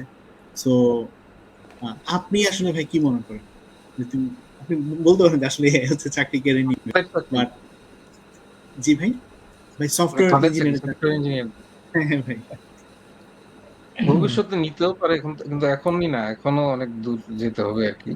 কিন্তু চাকরিকে কেড়ে না নিলেও যেটা করবে যে একজন ডেভেলপারকে ওরা অনেক বেশি প্রোডাক্টিভ করবে। কারণ বিশেষ করে ইন্ডাস্ট্রিতে কেউ যখন একজন সিনিয়র হয়, তখন তার কিন্তু সারাক্ষণ কোড করাটা কাজ না, তাই না? হয়তো 20% 30% টাইম কোড করে, বাকি টাইম সে আর্কিটেকচার ডিজাইন করে, হোয়াইট বোর্ডিং সেশন করে, বা এগুলাকে ডকুমেন্ট করে, ক্লায়েন্টদের সাথে কথা বলে। তো ক্লায়েন্টদের সাথে যে 2 বছর এক্সপিরিয়েন্স, একে কিন্তু সাধারণত কথা বলতে পাঠায় না, যে অনেক এক্সপিরিয়েন্স তাকেই দায়িত্ব দেওয়া হয় ক্লায়েন্টের সাথে কথা বলে। তো সফটওয়্যার ডেভেলপমেন্ট একটা বিশাল ব্যাপার, এটা শুধু কোডিং না। তো এটা একটা কথা। এবং শুধু শুধু কোডিং এর ক্ষেত্রেও এখনো মানে হয়তো এআই এর মাধ্যমে কোডিংটা দেয়া হইলো, মানে কোডটা তৈরি করা হইলো, কিন্তু সেই কোডটা বুঝা, সেই কোডটা ডিবাগ করার ক্ষমতা রাখা, এটাও কিন্তু হিউম্যানদের দরকার, এবং এখানে মানুষ থাকবে। কিন্তু যে জিনিসটা ডিফারেন্ট হবে, যে হ্যাঁ 2015 ভার্সেস 2035, যে যারা সফটওয়্যার ইন্ডাস্ট্রিতে কাজ করবে ওদেরকে যথেষ্ট সিরিয়াস এবং স্কিলড হইতে হবে। কারণ এখন বা কয়েক বছর আগে পর্যন্ত, বা এখন যারা এই যে কোপাইলট ইউজ করে, বা তারা কিন্তু অনেক ফাস্ট কোড করে, কিন্তু তারা জানে যে তারা কি করতেছে আর কি। তো আবার এরকম হইলে হবে না যে না, আমি খালি কমান্ড দিচ্ছি, যে কোড দিচ্ছে ঠিক আছে এটাই বসাই দিচ্ছে, এর বাইরে আমি কিছু করতে পারতেছি না। তো ওই স্কিলটা থাকা লাগবে আর কি। যেমন ডাক্তাররা চাইলেই কিন্তু এআই ব্যবহার করতে পারে, তাহলে কি আমি ডাক্তারি করতে পারবো? পারবো না। কিন্তু মানে সফটওয়্যার ইঞ্জিনিয়াররা অনেক বেশি পাওয়ারফুল হবে, অনেক বেশি প্রোডাক্টিভ হবে, কিন্তু এমন না যে তারা নিশ্চিহ্ন হয়ে যাবে আর কি। এটাই হচ্ছে আমার ধারণা। ফর নেক্সট আমি 10-20 ইয়ার্স, তারপরে কি হবে আমি জানি না। আমি এখানে এই জিনিসটা আসলে সব মানে বলি যে সব সব জায়গাতে আসলে এই থিওরিটাই চলতেছে, জব কেড়ে নিবে, জব কেড়ে নিবে। আমি আসলে যেটা দেখছি, ধরেন চ্যাট জিপিটি আসার পরেও কিন্তু এটা হয়েছে, বাট আমি নিজের দিকে খেয়াল করছি, চ্যাট জিপিটি আসার পরে আমি নিজে বেশি প্রোডাক্টিভ হয়েছি। চ্যাট জিপিটি কিন্তু আমার আমার জায়গাটা নিতে পারে নাই, বাট আমার যেটা হয়তো আমার সময়টা অনেক বেঁচে যাচ্ছে। আমি অনেক জিনিস স্ট্রাকচার্ড ওয়েতে পাচ্ছি, যেটা আমাকে হয়তো বা গুগলে সার্চ করে 10টা পেজ, 10টা ওয়েব লিঙ্কে ঢুকে খুঁজে বের করতে হইতো, এটা আমি খুব একটা প্রম্পট জেনারেট করে কিন্তু ওটা পেয়ে যাচ্ছি। তো আমার কাছে যেটা মনে হয় এইটা, সুবিন ভাই যেটা বললো যে একদম ডেভেলপারকে পাওয়ারফুল করবে, সাথে সাথে আসলে আমাদের একটা আরেকটা জিনিস আছে যে আমরা মনে করি যে জাস্ট কিছু একটু শিখলাম, শিখে একটা দুটো অ্যাপ্লিকেশন বানালাম, একটা ই কমার্স ওয়েবসাইট বানালাম, একটা ব্লগ বানালাম, দেন আমরা ফুল ফ্লেজ ওয়েব ডেভেলপার হয়ে গেলাম বা অ্যাপ্লিকেশন ডেভেলপার হয়ে গেলাম। আসলে এইটুকু মানে এই ইয়েতে এসে, এই আহ, এরাতে এসে আসলে এতটুকু শর্ট নলেজ দিয়ে আসলে হবে না, আমাদেরকে সব দিকে নলেজ রাখতে হবে। আর এআইটার জন্য যদি বলি, আসলে আমাদের যে বিভিন্ন আর্কিটেকচার, আমরা তো এআই কে জাস্ট একটা সিম্পল কমান্ড দিচ্ছি বা একটা সিম্পল প্রম্পট দিচ্ছি যে হ্যাঁ আমার এই কাজটা লাগবে, তুমি জেনারেট করে দাও। But in the real organization বা রিয়েল ফিল্ডে যেটা হয়, প্রত্যেকটা কাজের সাথে অনেকগুলা ডিপেন্ডেন্সি, ভাইয়া যেরকম বললো সুবিন ভাইয়া যে মাইক্রো সার্ভিস আর্কিটেকচার যেটা, তখন আসলে কি হয়, একটা সার্ভিসের ওপরে 5টা 10টা 20টা 50টা মাইক্রো সার্ভিসের ডিপেন্ডেন্সি থাকে। এখন আপনি এটাকে এআই কে কিভাবে বোঝাবেন বা এআই কে কিভাবে দিবেন? আপনি কি 50টা সার্ভিস তাকে এক্সপ্লেইন করবেন যে হ্যাঁ আমার এই সার্ভিস আছে, এখন এখান থেকে একটা রিকোয়েস্ট যাবে? তো এই আর্কিটেকচারাল জিনিসগুলো কিন্তু আসলে এআই এর কাছে এত দ্রুত আসে নাই। আসবে হয়তো বা নেক্সট 10 ইয়ার্স 15 ইয়ার্সে আসবে, বাট তখন হবে কি মানে এই আর্কিটেকচারাল যে জিনিসগুলা বা আমরা যে হিউম্যান টাচটা দিচ্ছি, যে আসলে কোনো একটা ইস্যু হয়েছে, এই ইস্যুটা বা ক্লায়েন্টের সাথে ডিসকাশন, ক্লায়েন্ট ফিডব্যাক দিচ্ছে। আর হাসিন ভাই অবশ্যই জানেন যে আসলে ক্লায়েন্টের সাথে ডিসকাশনটা কিরকম হয়। অনেক জিনিস আমরা ডিসক্রাইব করতেছি, ক্লায়েন্ট নন টেকনিক্যাল বা তাদেরকে বোঝানো কতটা কষ্ট, তারা একটা জিনিস কতটা হাই প্রায়োরিটি দিচ্ছে কিন্তু যে জিনিসটা হাই প্রায়োরিটি না। তো এই জিনিসগুলোর জন্য আসলে আমাদের শুধু তো কোড করাও না, আমাদের অনেক কাজের অর্ধেক টাইমই থাকে মিটিংস, কিছু টাইম থাকে ডিসকাশন থাকে কিভাবে আমরা কাজটা করব। হয়তোবা দিনে আমরা 2 ঘন্টা 2.5 ঘন্টা কোড করতেছি, বাট ফুল টাইমটা কিন্তু আমরা বিভিন্ন ডিসকাশন করতেছি, ডায়াগ্রাম করতেছি, প্ল্যানিং করতেছি কি করব। তো এই সমস্ত জিনিসগুলো কিন্তু আসলে এআই যে এসে সঙ্গে সঙ্গে টেক ওভার করে নিবে, এটা আসলে একটা মিসকনসেপশন। ট্রু, একদমই ট্রু। এআইকে বরং যদি আমি আমার নিজের অ্যাসিস্ট্যান্ট হিসেবে ইউজ করতে পারি তাহলে অনেক বেটার প্রোডাক্টিভভাবে কোড লেখা সম্ভব। আমি এআইকে আরেকটা ইন্টারেস্টিং কাজে ইউজ করি, সেটা হচ্ছে ধরো কাজ করতে গেলে অনেক সময় দেখা যায় বোরিং কিছু ডাটা সেট তৈরি করতে হয়। এই ডাটা সেটগুলো আমি প্যাক করে প্রম্পট দিয়ে ডাটা সেটগুলো তৈরি করে নিই। তারপরে তোমার ধরো কোড রিফ্যাক্টর করার সময় মাঝে মাঝে এআইকে ইউজ করি, গিটহাব কোপাইলট আছে। আবার আমি একটা ধরো অ্যালগোরিদমের কোনো একটা প্রবলেম বা একটা জিনিস একটা অ্যাপ্রোচে লিখছি, আমার কাছে মনে হইতেছে হয়তো বা এটা আরও কোনোভাবে করা হইতে পারে, আমি এই কোডটা দিয়ে বললাম যে তুমি দেখো তো এটা আর কোনো ওয়েতে সলভ করা যায় কিনা। ওইখান থেকে যদি আসে তখন আমি ওইটার কোড দেখলেও আমি অনেক কিছু শিখে ফেলতে পারি যে না আরে বাহ এটা তো আরও জোস হয়ে, এটা কেন আমার মাথার মধ্যে আসলো না। সো আমরা যদি এআইকে আমাদের একটা অ্যাসিস্ট্যান্ট হিসাবে ইউজ করি শেখার জন্য প্লাস প্রোডাক্টিভলি কোড লেখার জন্য, আগে 2 হাতে কোড লিখতাম এখন 10 হাতে কোড লিখতে পারবো, ব্যাপারটা হচ্ছে এরকম। কিন্তু ওই যে সুবিন নাইম যেটা বললো, আমাকে বুঝে শুনে আমি কি কপি করতেছি কেন কপি করতেছি এইটুকুন যদি আমরা বুঝতে পারি, এইটুকুন ম্যাচিউরিটি যদি থাকে, তাহলে এআই হচ্ছে আমাদের জন্য খুবই জোস একটা জিনিস। তুমি যেটা বললেন যে কোড থেকে বোঝার, এটা তো ভালো করছে। এখন আমি যদি ওই লেভেলে না যাইতে পারি যে এক্স্যাক্টলি, ও কি ভালো করছে, তাহলে তো এটা আমার লাভ হবে না। হ্যাঁ সমস্যা ভাই। সেটাই এই জন্য কষ্টটা করতে হবে আর কি। আর কষ্ট। এআই নিয়ে একটা মজার গল্প বলি, সেটা হচ্ছে এই আমি তো অনেক বছর রেগুলার এক্সপ্রেশন ব্যবহার করছি। আমি এখনো যদিও অনেকদিন না করি না, খুবই তারপর পেইনফুল একটা ভালোই জিনিস। ভালোই পারি আর কি। তো হুম, এই জন্য আমার আগের অফিসে এক কলিগ, ইসরায়েলি কলিগ, সে খুবই মারাত্মক প্রোগ্রামার, কিন্তু সে রেগুলার এক্সপ্রেশন হলেই সে আর কষ্ট না করে খালি আমাকে জিজ্ঞেস করতো, তো আমি সঙ্গে সঙ্গে বলে দিতাম। গত 1 বছর ধরে দেখি সে খুব একটা নকটক দেয় না। একদিন বলছে তামিম এখন তো আমি চ্যাট জিপিটিতে করে ফেলি। এক্স্যাক্টলি। তো ওইখানে আমি অবসলিউট হয়ে গেছি তার কাছে। আমার এরকম ক্ষেত্রেও হবে, যেটা এরকম হয়েছে কিছু ভাইয়া বলছে। যে এই এআই তে আমাদের যে বিভিন্ন অটোমেশনের কাজগুলা আমি রিসেন্ট টাইমে যেগুলা করছি, তো ওখানে আসলে হয় কি ভাইয়া যে রিইউজেবল কিছু অটোমেশন টুল বানাইতে হয়।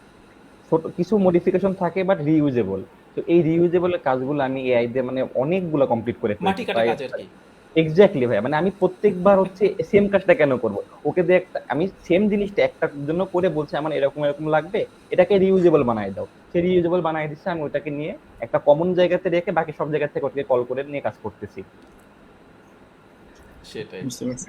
আচ্ছা ভাই, যখন আমরা এআই নিয়ে কথাবার্তা বলতেছি তখন আসলে এটা সবাই মোটামুটি বলতেছে যে একজন ডেভেলপারের সাথে একজন এআই যে নাকি বলে চাকরি খেয়ে দিবে কোন একটা সময়ে এসে, তার যে বেসিক যে পার্থক্যটা করে দেয়, মানে মেইন যে পার্থক্য করে দেয় সেটা হচ্ছে বেসিক্যালি প্রবলেম সলভিং অ্যাবিলিটি, যেটা as an engineer or as a software developer প্রত্যেকেরই আসলে হচ্ছে থাকা উচিত। এবং আজকের আমাদের মহাসমাবেশটাও খুব সুন্দর, সেটা হচ্ছে পাইথন মহাসমাবেশ। এবং প্রবলেম সলভিং করার জন্য পাইথন খুবই খুবই পপুলার একটা ল্যাঙ্গুয়েজ। একদম স্কুল কলেজের বাচ্চারা থেকে শুরু করে হচ্ছে 60-70 বছর বৃদ্ধরা তারা এখন মোটামুটি পাইথন দিয়ে হচ্ছে আসলে ইউজ করতে পারে আর কি। So what do you think যে ভাইয়া, মানে যদি আমি আসলে হচ্ছে প্রবলেম সলভিং অ্যাবিলিটিটা যদি মানে গড়ে তুলতে পারি, তাহলে হচ্ছে মানে এআই আসুক আর যেই আসুক, তো হচ্ছে আসলে আমার খুব একটা যে ঝামেলা হবে এরকম না আর কি। এটা যদি একটু সুবিন ভাই করতেন। প্রবলেম সলভিং এবিলিটি তো শুধু প্রোগ্রামারদের জন্য না, যে কোনো মানুষেরই দরকার, ঠিক আছে? মানে যে কোনো কাজ করতে গেলে, যে লয়ার, যে ডাক্তারদের কিন্তু অনেক ভালো প্রবলেম সলভার হইতে হয়। কারণ আমি যে 5টা সিমটম বলবো, এইটা মানে আমার নর্মাল কিছুই না হইতে পারে, আমার ক্যান্সার হইতে পারে। মানে ক্যান্সার থেকে শুরু করে কিছুই না, বিশাল রেঞ্জের মধ্যে অনেক রোগ থাকে। তো তাদেরকে কি করতে হয়, তাদের এটা বুঝতে হয় এবং যেখানে যেখানে দরকার। নইলে সে যদি বলে আচ্ছা এরকম 50টা টেস্ট করে নিয়ে আসেন, তখন তো সে বুঝতে পারবে। তেমন রুগী কি তাহলে 1 লাখ টাকা খরচ করবে 50টা টেস্ট করার জন্য? করবে না। তো ডাক্তার হইতে গেলে অনেক ভালো প্রবলেম সলভার হইতে হবে, লয়ার হইতে গেলে ভালো, কারণ এটা লয়ারদেরও যে কত রকম বিশাল রেঞ্জে চিন্তা করতে হয়, তাই না? তো এই কারণে আমি কিন্তু এই বছর, যদি এটা নিয়ে আমি এখন ইউটিউব ভিডিও বানাই নাই যে আমি কেন চাকরি ছেড়ে দিলাম বা কেন আমি এখন চাকরি ছেড়ে দিয়ে বাচ্চাদেরকে পড়াচ্ছি, আমি ফেব্রুয়ারি মাস থেকে কিন্তু আমি জানুয়ারি মাসের শুরুতে নোটিশ দিয়ে জব ছেড়ে দিয়েছি, এবং কারণ আমি অনেক 1 বছর ধরে প্রিপারেশন নিচ্ছিলাম। ফেব্রুয়ারি থেকে আমি শুরু করছি, আমি এই অস্ট্রেলিয়ার সিডনিতে আমি যেখানে থাকি এখানে আমার একটা কোচিং সেন্টারের মতো ম্যাথ এবং প্রোগ্রামিং, আমি প্রাইমারি স্কুল এবং high school class 3 and above ওদেরকে পড়াই। তো এখানে কিন্তু আমি শিখাই হচ্ছে ম্যাথ এবং প্রবলেম সলভিং। প্রোগ্রামিং আমি খুব একটা শিখাই না, ক্লাস 7 থেকে শিখাই। কিন্তু এখানে বাবা মার খুব আগ্রহ বেশি, কেন তুমি প্রোগ্রামিং শিখাও না, তুমি তো প্রোগ্রামার। প্রোগ্রামিংটা পরে, আগে প্রবলেম সলভিং স্কিল যেটা ম্যাথ দিয়ে শুরু হবে, তারপর প্রোগ্রামিংটা এক্সট্রা একটা টুল হিসেবে অ্যাড হবে যখন সে 6 বা 7 পড়বে তখন। তো এই কারণে প্রবলেম সলভিং স্কিলটা খুবই গুরুত্বপূর্ণ, এবং এটা অবশ্য সফটওয়্যার ইঞ্জিনিয়ারদের তো অনেক গুরুত্বপূর্ণ, কারণ আমাদের তো প্রবলেম সলভ করতে হয়। সেটা ছোট প্রবলেম হইতে পারে, একটা বাগ হইতে পারে যেটা আমাদের ডিবাগ করতে হবে, তখন প্রবলেম সলভিং স্কিলটা লাগে। আবার সেটা বড় প্রবলেমও হইতে পারে, যে অনেক সময় যাদের প্রবলেম সলভিং স্কিল ভালো, ওরা ক্লায়েন্টের প্রবলেমটা বলে বুঝতে পারে আসলে যে সফটওয়্যারটা ওরা বানাইতে যাচ্ছিল এটার কোনো দরকারই নাই, ঠিক আছে? এটা একটা বিশাল প্রবলেম সলভিং স্কিল। তো এগুলা সবই গুরুত্বপূর্ণ আর কি। তো এটা, এটার আমার মতো সবারই এটার উপর ফোকাস থাকা উচিত, শুধু এই সফটওয়্যার ইঞ্জিনিয়ারদের জন্য না, এবং এটা মানুষের জীবনের জন্য অনেক ভালো একটা স্কিল। অ্যান্ড হচ্ছে এই জায়গাতে আসলে আমাদের অ্যানাউন্সমেন্টও ছিল, যেখানে সবাই আজকে আছে একসাথে, সো অ্যানাউন্সমেন্ট একটু দিয়ে দিই। সেটা হচ্ছে বাংলা ভাষায় সম্ভবত সবচেয়ে গোছানো রিসোর্সে পাইথন, জ্যাঙ্গো, রিয়েক্টের উপর একটা full stack web development course আমরা ওস্তাদ থেকে লঞ্চ করেছি। And we are so much proud and also lucky যে হচ্ছে তামিম স্যারের সুবিন ভাই, হাসিন হায়দার ভাই এবং নাইম ভাইদেরকে আমরা আমাদের এই পুরো কোর্সের জার্নিতে বিভিন্ন পার্টে ইনস্ট্রাক্টর হিসেবে পাবো। যেমন আমরা শুরুটা করব basic HTML CSS Java script দিয়ে, যেটা নাইম ভাইয়ের হাত দিয়ে সবাই শিখবেন। দেন সুবিন ভাই তার পাইথনের জাদুটা দেখাবেন, এবং প্রয়োজনীয় পাইথনটা জানা হয়ে গেলে আবার হচ্ছে হাসিন ভাই এবং নাইম ভাইয়ের হাত ধরে তাদের হচ্ছে পাইথনের যে ফ্রেমওয়ার্ক গুলো আছে, যেমন জ্যাঙ্গো, ডিআরএফ, ফাস্ট, ফ্লাস্ক, এগুলো তারা শিখবেন। আবার এসে নাইম ভাইয়ের সাথে তারা যে রিয়েক্টটা শিখে ফুল স্ট্যাক ওয়েব ডেভেলপার তারা হওয়ার আশা রাখতে পারেন আর কি। বেশ বড় একটা জার্নি, কোনো শর্ট কোর্স না, বলা যেতে পারে একটা ক্যারিয়ার ট্র্যাকের মতো। পুরো ক্যারিয়ারটা হচ্ছে এখানে বেসিক্যালি বানানোর ট্রাই করা হবে। অ্যান্ড অ্যাজ ইউজুয়াল যে ওর যেটা করা হয়, যে প্রতিটা প্রোগ্রামের সাথে আমাদের হচ্ছে প্রবলেম সলভিং এবিলিটি যাতে হচ্ছে আপনি বাড়াতে পারেন, তার জন্য আমাদের অনলাইন জাজ প্ল্যাটফর্ম থাকে, এবং আরো অনেক অ্যাসোসিয়েটেড হচ্ছে ট্রেনাররা থাকেন, পোল ভাইয়া থাকেন, প্রবলেম সলভিং এবিলিটি তারা হচ্ছে বানাতে পারেন আর কি। সো আই থিঙ্ক সবার জন্য খুব চমৎকার একটা হচ্ছে জার্নি হবে। অ্যান্ড হচ্ছে আমি একটু আমাদের এখন একটু কমেন্ট যে সেকশনটা আছে, কমেন্ট সেকশনের দিকে একটু যাই। অ্যান্ড হচ্ছে আপনাদের যার যার যে কোশ্চেন গুলো ছিল মহাসমাবেশে, সেই কোশ্চেন গুলো হচ্ছে আমরা একে একে করা শুরু করি। ওকে, অনেকেই আসসালামু আলাইকুম দিয়েছেন। ওকে, আচ্ছা, এই কোশ্চেন একটু নেই। এখন আমরা খুব মানে কি বলবো যে জাস্ট ফায়ার সাইড টাইপের জাস্ট কোশ্চেন জাস্ট আনসারটা দিব। ছোট অ্যাপ্লিকেশন ক্রিয়েট করার ক্ষেত্রে কোন স্টেকটাতে কস্ট কম ভাইয়া? মান or Python Django or PHP Laravel? Project example, team management tool আর হচ্ছে ই কমার্স? এটা যদি একটু বলতেন। নাইম ভাই বলেন। আহ, ভাইয়া এইটার ক্ষেত্রে আমি যেটা বলতে পারি যে আসলে কস্টের বিষয়টা আমি যেটা ফিল করি যে অ্যাপ্লিকেশন ডেভেলপমেন্টের সাথে আসলে মানে টেকনোলজির সাথে আসলে কস্টের ঠিক এইরকম রিলেশনটা জড়িত না। জড়িত হচ্ছে আহ, আপনি কিরকম টিম ইউজ করতেছেন বা আপনি কিরকম ডেভেলপার নিচ্ছেন, এবং পোস্ট প্রোডাক্ট ডেভেলপমেন্টে আপনার অ্যাকচুয়ালি কস্টটা হবে।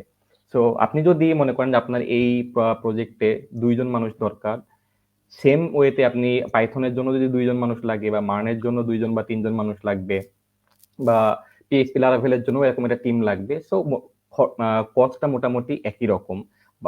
বাট যদি আপনি ফুল স্ট্যাকের দিকে চিন্তা করেন যে না, পাইথনের দিকে যদি আসি, তাহলে হবে কি পাইথনের সাথে সাথে আপনার একটা ফ্রন্ট এন্ডের একটা অংশ লাগবে, যেটাতে অবশ্যই জাভা স্ক্রিপ্ট হইতে পারে, সেটা রিঅ্যাক্ট হইতে পারে, অ্যাঙ্গুলার হইতে পারে, সেটা ভিউজেস, বা আপনি যদি পিএইচপি লারাভেলের দিকে যান, সেখানে পিএইচপি লারাভেল বা পিএইচপি অথবা লারাভেল ব্যাক এন্ডে কাজ করতে, তো ফ্রন্ট এন্ডের জন্য আপনাকে অবশ্যই ফ্রন্ট এন্ড একটা টেকনোলজি লাগবে। সো এখানে আপনার অবশ্যই মাল্টিপল পার্সন যদি হয়, টিম হয়, মাল্টিপল পার্সনের জন্য হবে।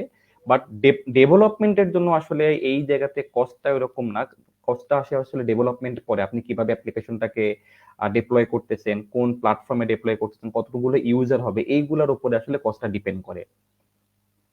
সুবিন ভাই যদি কিছু অ্যাড করতে চান এখানে। না, এই একই কথা, মানে এর বাইরে কিছু বলার নাই না। ওকে, আচ্ছা, রুবেল আহমেদ রানা ভাইয়া সুবিন ভাইয়ের কাছে একটা কোশ্চেন করছেন।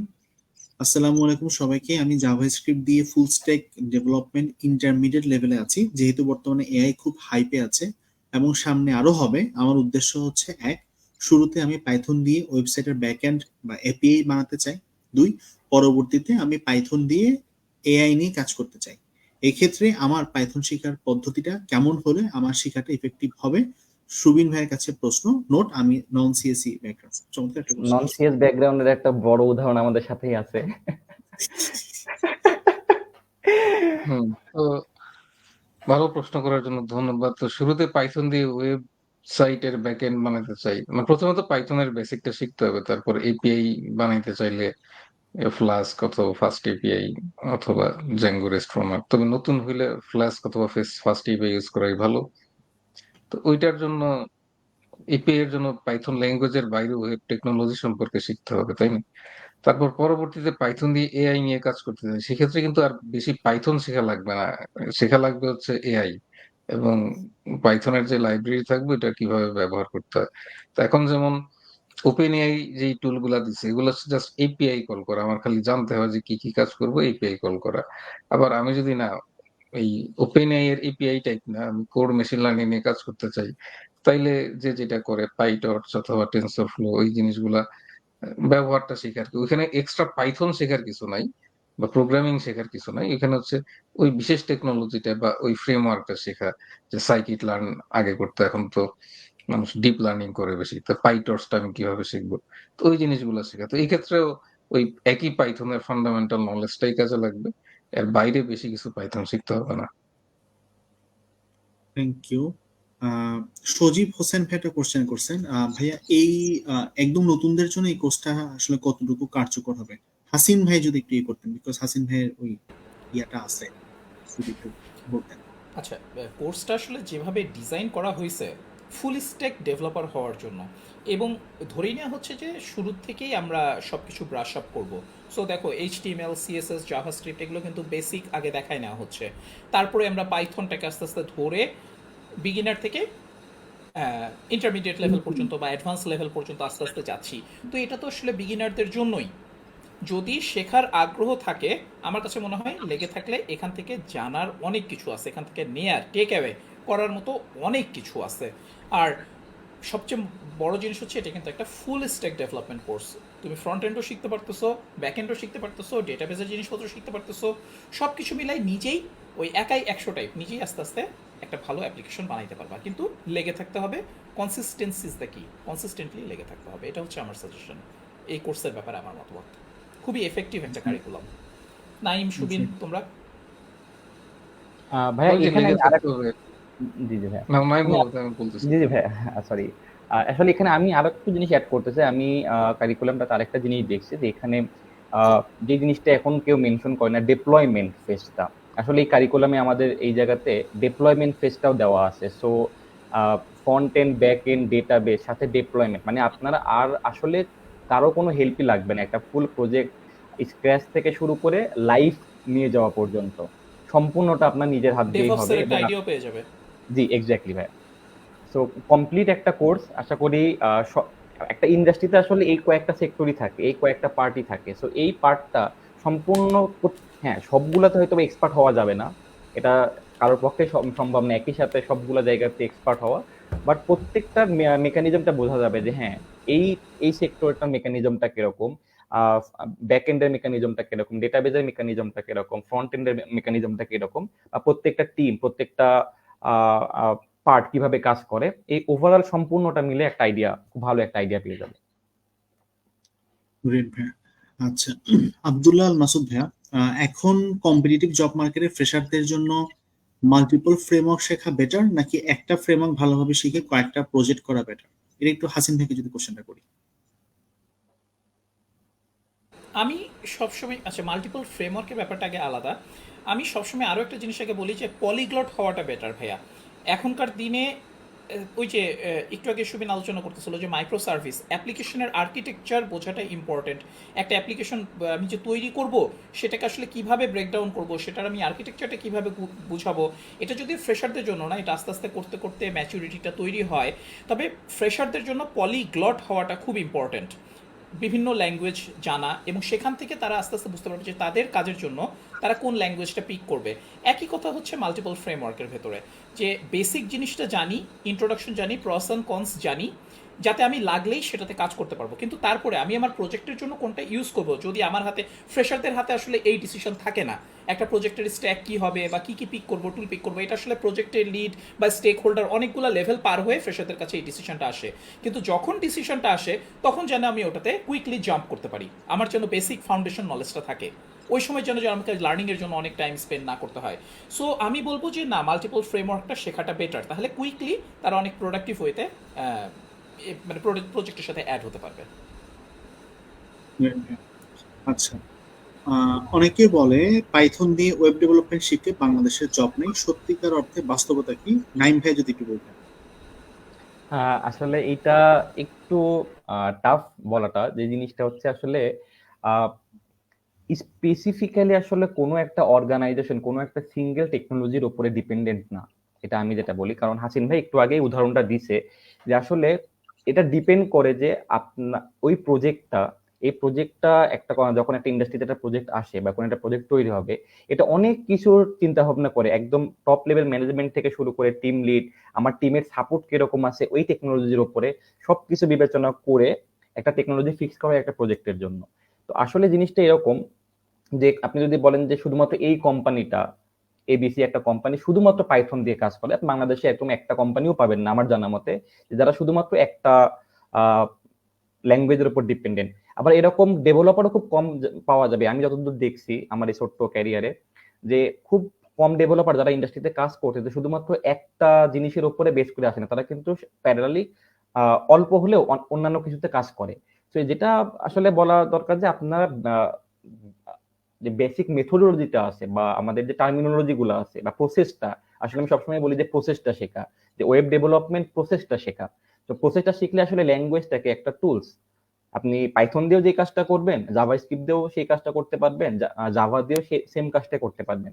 আপনাকে হওয়া লাগবে কুইক লার্নার, যাতে যে কোনো মোমেন্টে যখন কোনো একটা নতুন রিকোয়ারমেন্ট আসবে, নতুন একটা টেকনোলজি আসবে, আমি যাতে খুব সহজে গ্র্যাব করতে পারি। পাশাপাশি আমার যাতে যে কোনো একটা ল্যাঙ্গুয়েজ বা দুইটা ল্যাঙ্গুয়েজে একটু প্রফিশিয়েন্ট থাকা উচিত, বাট বেস যাতে পুরোটা সব জায়গাতে আমার ক্লিয়ার থাকে, আর্কিটেকচার গুলা বা প্রসেস গুলা কিভাবে চলে, একটা অ্যাপ্লিকেশন কিভাবে রেডি হয়, একটা এপিআই কিভাবে ডিজাইন করতে হয়, একটা ফ্রন্ট এন্ডের কম্পোনেন্ট কিভাবে চলে, ফ্রন্ট এন্ডের ইন্টারাকশন গুলো কিভাবে হয়, ডেটাবেস কমিউনিকেশন গুলো কিভাবে হয়, এই প্রসেস গুলো জানা থাকলে আসলে স্পেসিফিক টেকনোলজির উপরে ডিপেন্ড করতে হবে। আচ্ছা, এখানে আমি একটা ছোট্ট কথা বলতে চাই, সেটা হচ্ছে জব কিন্তু এখন আর আসলে লোকাল না। হ্যাঁ, আপনি যদি স্কিলড হন, আপনার যদি ভালো স্কিল থাকে, জব কিন্তু এখন একদম গ্লোবাল। আপনি বাসায় বসে বড় বড় কোম্পানিতে জব করতেছেন, রিমোট করতেছেন। সো বাংলাদেশে জব নাই তাতে কি হয়েছে, বাইরের জব তো বহুত আছে, আপনার যদি স্কিল থাকে you can go for that, তাই না? সুবিন, তুমি অনেক দিন ধরে বাইরের ইন্ডাস্ট্রির সাথে জব নিয়ে কাজ করতেছো, ইন্টারভিউ রিক্রুটমেন্টে কাজ করতেছো, হেড হান্টিংয়ে কাজ করতেছো, আমার মনে হয় তুমি এখানে বেশ ভালো একটা ভ্যালু অ্যাড করতে পারো এই কোশ্চেনটাতে। এখানে প্রথম কথা হচ্ছে পাইথন, প্রশ্ন ছিল যে পাইথনে বাংলাদেশের জব নাই, এই কথাটা সত্যি কিনা। এটা বোঝার জন্য সবচেয়ে ভালো ওয়ে হচ্ছে, মানে আমাদের সময় সবচেয়ে পপুলার জব ওয়েবসাইট ছিল বিডি জবস, ওইখানে গিয়ে বিজ্ঞাপনগুলো দেখা যায় আসলে। ওইখানে যদি আমি 100টা জবের অ্যাড দেখি, আর আমি একটা ক্রলারও বানাইছিলাম যেটা বিডি জবস থেকে করবে, কিওয়ার্ড দিয়ে সার্চ করবে এবং একটা সর্ট করে চার্ট তৈরি করবে যে কোন ল্যাঙ্গুয়েজটার জব সবচেয়ে বেশি। তো এখন আমি জানি না যে সবচেয়ে ভালো জব সাইট কোনটা, কিন্তু ওইটা দেখলেই বোঝা যায়। এছাড়া পাইথন বাংলাদেশ নামে একটা গ্রুপ আছে ফেসবুকে, প্রায় 49,000 মেম্বার ওইখানে। তো ওইখান থেকে মাঝে মধ্যে আমার নিউজ ফিডে আসে, আমি দেখি যে লোকজন তো কই পাইথন প্রোগ্রামার খুঁজতেছে, তাই না? তো এটা ঠিক না যে জব নাই, জব আছে। আর হাসিন ভাই যেটা বললো, যেটা গ্লোবালিও অনেক কোম্পানিতে আমরা চাইলে বাংলাদেশ থেকে কাজ করতে পারি, রিমোট জব করতে পারি। আর এমনিতে আমরা যখন রিক্রুট করি সিঙ্গাপুরে বা এখানে, আমাদের তো, আমি আসলে গত 8 বছর ধরে যেসব কোম্পানিতে, 3টা কোম্পানিতে কাজ করছি, আমি 3 জায়গাতেই গো ব্যবহার করতো মেইন ল্যাঙ্গুয়েজ হিসেবে। আর কিন্তু কোডিং ইন্টারভিউ নেওয়ার সময় আমরা কখনোই গো পারে কিনা জিজ্ঞেস করতাম না, এবং সে যেই ল্যাঙ্গুয়েজ ইন্টারভিউ দিকে, পাইথন, সে জাভা, C++। তো অনেক সময় বড় বড় কোম্পানিতে ওইটা ইম্পর্টেন্ট না যে এই ল্যাঙ্গুয়েজটা সে আগে জানে কিনা। তো কিছু ছোট কোম্পানির জন্য সেটা ইম্পর্টেন্ট হতে পারে, যাদের ক্লায়েন্টের কাজ করে এবং টাফ ডেডলাইন থাকে, যে না আমরা কাউকে শিখাইয়া তারপর ইয়ে করতে পারবো না। তো এই জন্য পাইথনে আমার কথা হচ্ছে, পুরা গ্লোবালি এবং লোকালি যতজন প্রোগ্রামার দরকার, পাইথন জানা প্রোগ্রামার ততজন প্রোগ্রামার নাই। সেটা বাংলাদেশেও নাই। বাংলাদেশেও প্রোগ্রামারের সংখ্যার চেয়ে ভালো জবের সংখ্যা বেশি, বাইরেও প্রোগ্রামারের সংখ্যার চেয়ে ভালো জবের সংখ্যা বেশি। কিন্তু সেক্ষেত্রে একটা সার্টেন লেভেল পার হইতে হবে আর কি। হয়তো আমার 10 জন পাইথন প্রোগ্রামার দরকার, আমি ইন্টারভিউ নিয়ে যে সেরা 10 জন পাইলাম, এইভাবে নেয় না। রিক্রুটমেন্ট হয়ে হচ্ছে, প্রত্যেকটা কোম্পানির একটা মিনিমাম বার থাকে, এই বার পার হইতে পারলে ওরা রিক্রুট করবে, নইলে ওরা রিক্রুট করবে না, ওরা বসে থাকবে। ঠিক আছে, এই কারণে প্রোগ্রামার হওয়ার সাথে সাথে একটু ভালো প্রোগ্রামার হওয়াটা জরুরি। Got it, ভাইয়া। আচ্ছা, একটা কোশ্চেন একটু হচ্ছে করতে চাই, যে এই কোশ্চেন আনসারটা আমি দিয়ে দিব। এই কোশ্চেন একটু নেওয়া উচিত আই থিঙ্ক, যেহেতু একটা মহাসমাবেশ হচ্ছে, তো মহাসমাবেশ আসলে সবগুলা একটু একটু কাভার করা উচিত। আসসালামু আলাইকুম। আমার প্রশ্নটা একটু টপিকের বাইরে, সরি ফর দ্যাট। আমার প্রশ্নটা হলো, বাংলাদেশের কনটেক্সটে মার্কেটে মার্ন, পাইথন, পিএইচপি স্ট্যাক এত পপুলার, সেই তুলনায় ডটনেট এত আন্ডাররেটেড কেন? যদিও ডটনেট তার প্রধান ড্রব্যাক যেটা ছিল ক্রস প্ল্যাটফর্ম, সেটাও সলভ করে ফেলেছে ডটনেট কোড দিয়ে, তবুও এত পাওয়ারফুল স্ট্যাক এত আড়ালে কেন? ভাই, আমি একটু যদি এই কোশ্চেনটা একটু যদি আনসারটা দেই আর কি, কেউ যদি কিছু মনে না করেন। আমি যদিও একদম টেকনিক্যাল পার্সন না, বাট হচ্ছে যেহেতু অনেক অনেক দিনে খুব অল্প সময় ধরে আছি, বা যেটা আমি দেখছি সেটা হচ্ছে ডট নেট হচ্ছে খুবই পুরনো একটা ফ্রেমওয়ার্ক এবং খুবই পাওয়ারফুল, এবং এটা পাওয়ার নিয়ে আসলে কোনো ইয়া নাই। কিন্তু যারা এখানে কাজ করেন তারা হচ্ছে মোস্টলি খুব সিনিয়র লেভেলের মানুষ, হচ্ছে ডট নেট করে বা এসপি ডট নেট করে হচ্ছে তারা কাজ করেন। তো নর্মালি যেটা দেখা যায় যে হচ্ছে, মানে অনেক কন্ট্রিবিউটর আছেন, কিন্তু হচ্ছে আমরা যেরকম থাকে না যে কমিউনিটিতে এটা নিয়ে কথাবার্তা বলি, মানে এটা নিয়ে হচ্ছে আমরা একটু করতেছি যে কন্ট্রিবিউট করতেছি, লাইক যেমন হাসিন ভাই বাংলাদেশের যখন পিএইচপি স্ট্যাকটা নিবে বা পিএইচপি নিয়ে হচ্ছে, হাসিন ভাই একটা বিশাল বড় প্লেলিস্ট দিয়ে দিয়েছিলেন, তার একটা কোর্স ছিল, মানুষ সেখান থেকে অনেক কিছু শিখছে। দেখা যায় মোটামুটি সবাই হাসিন ভাইয়ের স্টুডেন্ট। তামিম শাহরিয়ার, সুবিন ভাইয়ের বই দিয়ে আমাদের সবার C++ ল্যাঙ্গুয়েজের সাথে হচ্ছে পরিচয় হয়েছে। সো এই জিনিসটা জাস্ট হচ্ছে এখানে মিসিং। এমন না যে হচ্ছে মানে ইন্ডাস্ট্রি লেভেলে এটাকে ইউজ করা হয় নাই, অবশ্যই ইউজ করা হয়, অনেক অনেক বেশি আসলে ইউজ করা হয়, অনেক ডেভেলপারের দরকার হয়। কিন্তু মানে এটা নিয়ে কমিউনিটিতে হচ্ছে বিশাল বড় বড় আসলে রচনা লেখা হয় না, বা কোনো পোস্ট লেখা হয় না, বা ওইভাবে যে কন্ট্রিবিউট করা হয়েছে ওরকমও না আর কি। Python Django is something like of that, যে হচ্ছে আহ আমরা সবাই জানি যে এটার গুরুত্ব, কিন্তু এটা নিয়ে কমিউনিটিতে একটু কম কথাবার্তা হয়েছিল। রিসেন্টলি লার্ন উইথ হাসিনাদের ফেসবুক পেজ থেকে 5টা ল্যাঙ্গুয়েজের ইয়া মনে হয় দেওয়া হয়েছিল, ওইখানে জিনিসটা হচ্ছে ভাইয়া মেনশন করে দিছিলেন যে হচ্ছে মানে এটা কিন্তু খুবই পপুলার, বাট এটা নিয়ে আসলে একটু কম কথাবার্তা হয় আর কি। দ্যাটস ইট, আর কিছু না। আমি যদি কোনো কিছু ভুল করে থাকি জাস্ট একটু শুধরাই দিবেন আর কি। ওকে, সো আমরা মোটামুটি হচ্ছে সবগুলা কোশ্চেনের আনসার নিয়ে ফেলছি। আমাদের মহাসমাবেশটা প্রায় 1 ঘন্টা হবে একটু পরেই। আর হচ্ছে শেষ করার আগে আমি একটু সবার মুখ থেকে যদি শুনতে চাই যে সুবিন ভাই, যারা আসলে ওয়েব ডেভেলপমেন্ট সেক্টরে পাইথনকে ফার্স্ট ল্যাঙ্গুয়েজ করে কেউ যদি আসতে চান, তাদের জন্য যদি আপনার কোনো সাজেশন থাকে। না, আলাদা করে তো আর কোনো সাজেশন নাই, যে যে কোনো ল্যাঙ্গুয়েজ দিয়ে আসতে পারে, কিন্তু ঠিক মতো শিখতে হবে আর কি। মানে বড় লক্ষ্য নিয়ে আগাইতে হবে, যে না আমি ছোট আর ফাঁকিবাজি করে লাভ নাই। মানুষজন আমি দেখছি যে কোর্স করতে গিয়ে, টাকা দিয়ে কোর্স করতে গিয়ে ফাঁকিবাজি করে। আমি তো যে ইন্ডিভিজুয়ালি পড়াই, দেখা যায় আসে ক্লাস করে না। আরে ক্লাস না করলে আমার তো কোনো সমস্যা নাই, ঠিক আছে, কিন্তু এইটা একটু ডিসিপ্লিনটা ইম্পর্টেন্ট। এই একটা শেখার অভ্যাসটা করা আর লেগে থাকা। কিন্তু এই কারণে, আর এটা কেউ যদি মনে না করে, আর এখানে হাসিন ভাই আছে, সুবিন ভাই আছে, নাইম ভাই আছে, তাহলে তো আমি কোর্সে ভর্তি হলেই আমি ওয়েব ডেভেলপার হয়ে যাব। ঠিক আছে, এটা সত্যি না। হাসিন ভাই যতই চেষ্টা করুক কোনো লাভ নেই। যদি না আমরা সেই কষ্টটা না করি। এবং এটা একদিন দুদিন না, এটা প্রায় 5-6 মাসের কোর্স আমাদের। এবং ওই সময়টা, কারণ এর চেয়ে কম সময়ে শেখা সম্ভব না। আর ওই সময়টা দিতে হবে, কনসিস্টেন্টলি দিতে হবে। এর মধ্যে অনেক রকম সমস্যা হবে, পলিটিক্যাল সমস্যা থাকবে, অনেক গরম থাকবে, কোনো কোনো দিন অনেকদিন ঝড় বৃষ্টি হবে। কিন্তু তারপরেও এগুলা এক্সকিউজ দিয়ে লাভ লাভ হবে না আর কি, মানে নিজেরই লস। তো এই ক্ষেত্রে আমি বলবো যে যারা ডেডিকেটেড তাদের জন্য এই কোর্সটা করা উচিত। আর যাদের মনে হয় সন্দেহ আছে যে না, আমার তো 100টা পর থেকে আমি আর পারবো না, তাহলে তার জন্য অর্থ এবং সময় দুইটাই অপচয়। জি ভাই, হাসিন ভাই যদি কিছু বলতে চান। হ্যাঁ, আমি একটু ছোট অ্যাড করতে চাই, সেটা হচ্ছে সুবিন যেটা বললো, that is the important thing, consistency is the কি, লেগে থাকতে হবে। আর এর পাশাপাশি আরেকটা জিনিস আমি একটু হাইলাইট করব, সেটা হচ্ছে শিখবো, শেখাটা প্র্যাকটিস করব, এবং আমি ট্রাই করব এই পুরো কোর্সের মধ্যেই আমার দেখানোর মতো যেন নিজের একটা সুন্দর হবি প্রজেক্ট তৈরি হয়ে যায়। এটা যদি আমি কিছুদিন পর থেকে শুরু করি, 1-2 মাস পর থেকে, 5 মাসের কোর্স যেহেতু, 2 মাস পর বেসিক ব্রাশ আপ হয়ে গেল, তারপরে আমি একটা প্রজেক্ট প্ল্যান করে শুরু করি, আমরা আসি, সাপোর্ট টিম আছে, দাঁড়াই ফেলি, একটা হ্যাবি প্রজেক্ট রেডি হয়ে যাক। দেখবেন করতে করতে আমাদের পাশাপাশি আমরা যে শিখাবো সেটা শিখতে শিখতে আপনি নিজেও অনেক কিছু শিখে ফেলবেন। একসাথে মিলে শেখার একটা মজা আছে। এটা খুবই ভালো এক্স্যাক্টলি। আইডিয়া। হ্যাঁ, কারোর যদি মনে মনে থাকে আচ্ছা আমি এরকম একটা জিনিস বানাইতে চাই, এটা হয়তো আমার কোর্সে দেখাচ্ছি না, তাই না? কিন্তু 2 মাস পর থেকে শুরু করে দিতে পারে। হয়তো কোর্সে দেখাইলো যে এটা কিভাবে লগ ইন করতে হয়, তো আমার তো এই প্রজেক্টেও লগ ইন লাগবে, এই প্রজেক্টেও তো আমার ডেটাবেজ লাগবে, এই প্রজেক্টেও তো আমার পেজ নেভিগেশন লাগবে। তো ওই জিনিসগুলা ওই প্রজেক্টে এনে, এবং সমস্যা হইলে তো, এবং এটা ভালো যে এই সময় কোনো সমস্যা হলে সঙ্গে সঙ্গে ভালো সাপোর্ট পাওয়া যাবে। খুবই ভালো আইডিয়া সিন ভাই। নাইম ভাই। হ্যাঁ ভাই, আমিও হাসিন ভাইয়ের সাথে একদমই টোটালি একমত, এবং আমিও শুরু থেকেই সেম জিনিসটাই বলি যে আসলে আহ, যখন কোনো একটা জিনিস শিখতেছি সঙ্গে সঙ্গে আমরা এই কোর্সটাতে তো একটা পার্টিকুলার কয়েকটা প্রজেক্ট দেখাবো, যেটা সবার জন্যই থাকবে। আসলে সবাই যদি ওই সেম প্রজেক্টটাই করে পোর্টফোলিওতে দেয়, সাপোজ মনে ধরেন একটা সিভি গেল একটা কোম্পানিতে, এখানকার 5 জন কোর্স গেল, সবার সিভিতে সেম প্রজেক্ট। তো আসলে জিনিসটা, তো আমাদের কথা হচ্ছে যে আমরা তো এটা একটা কোর্সে পড়ার মাধ্যমে একটা জিনিস শেখানো হচ্ছে, বাট নিজে থেকে যদি ওই টাইমে যদি একটা নিজের প্রজেক্ট আইডিয়া নিয়ে ওই আমরা যতটুকু শেখাচ্ছি, প্রত্যেকটা মডিউল শেষ মডিউলের একটা সেট অফ টপিকস থাকে, যে এই টপিক গুলা, এখন এই টপিক গুলা যদি কেউ বাছাই করে যে হ্যাঁ আমার এই প্রজেক্টের এই টপিকটা কোন জায়গাতে আমি ইমপ্লিমেন্ট করবো, আমি যে প্রজেক্টটা প্ল্যান করছি, ঠিক শিখলাম, শেখার পরে আমাদের ইমপ্লিমেন্টেশনটা দেখলো যে আমরা কিভাবে ইমপ্লিমেন্ট করতেছি, সেই অনুযায়ী সে নিজে তার প্রজেক্টটাতে ইমপ্লিমেন্ট করলো। তাহলে এট এ টাইমে কিন্তু তার শুধুমাত্র একটা না, তার পার্সোনাল একটা হচ্ছে, সাথে সাথে যে আমাদের সাথে যে কয়েকটা প্রজেক্ট করবে সেইগুলো তার সিভিতে অ্যাড হয়ে যাচ্ছে। তো এটা মোস্ট একটা বড় একটা পার্ট। প্লাস আর একটা জিনিস হচ্ছে যে আমাদের মধ্যে ধৈর্যটা একটু কম।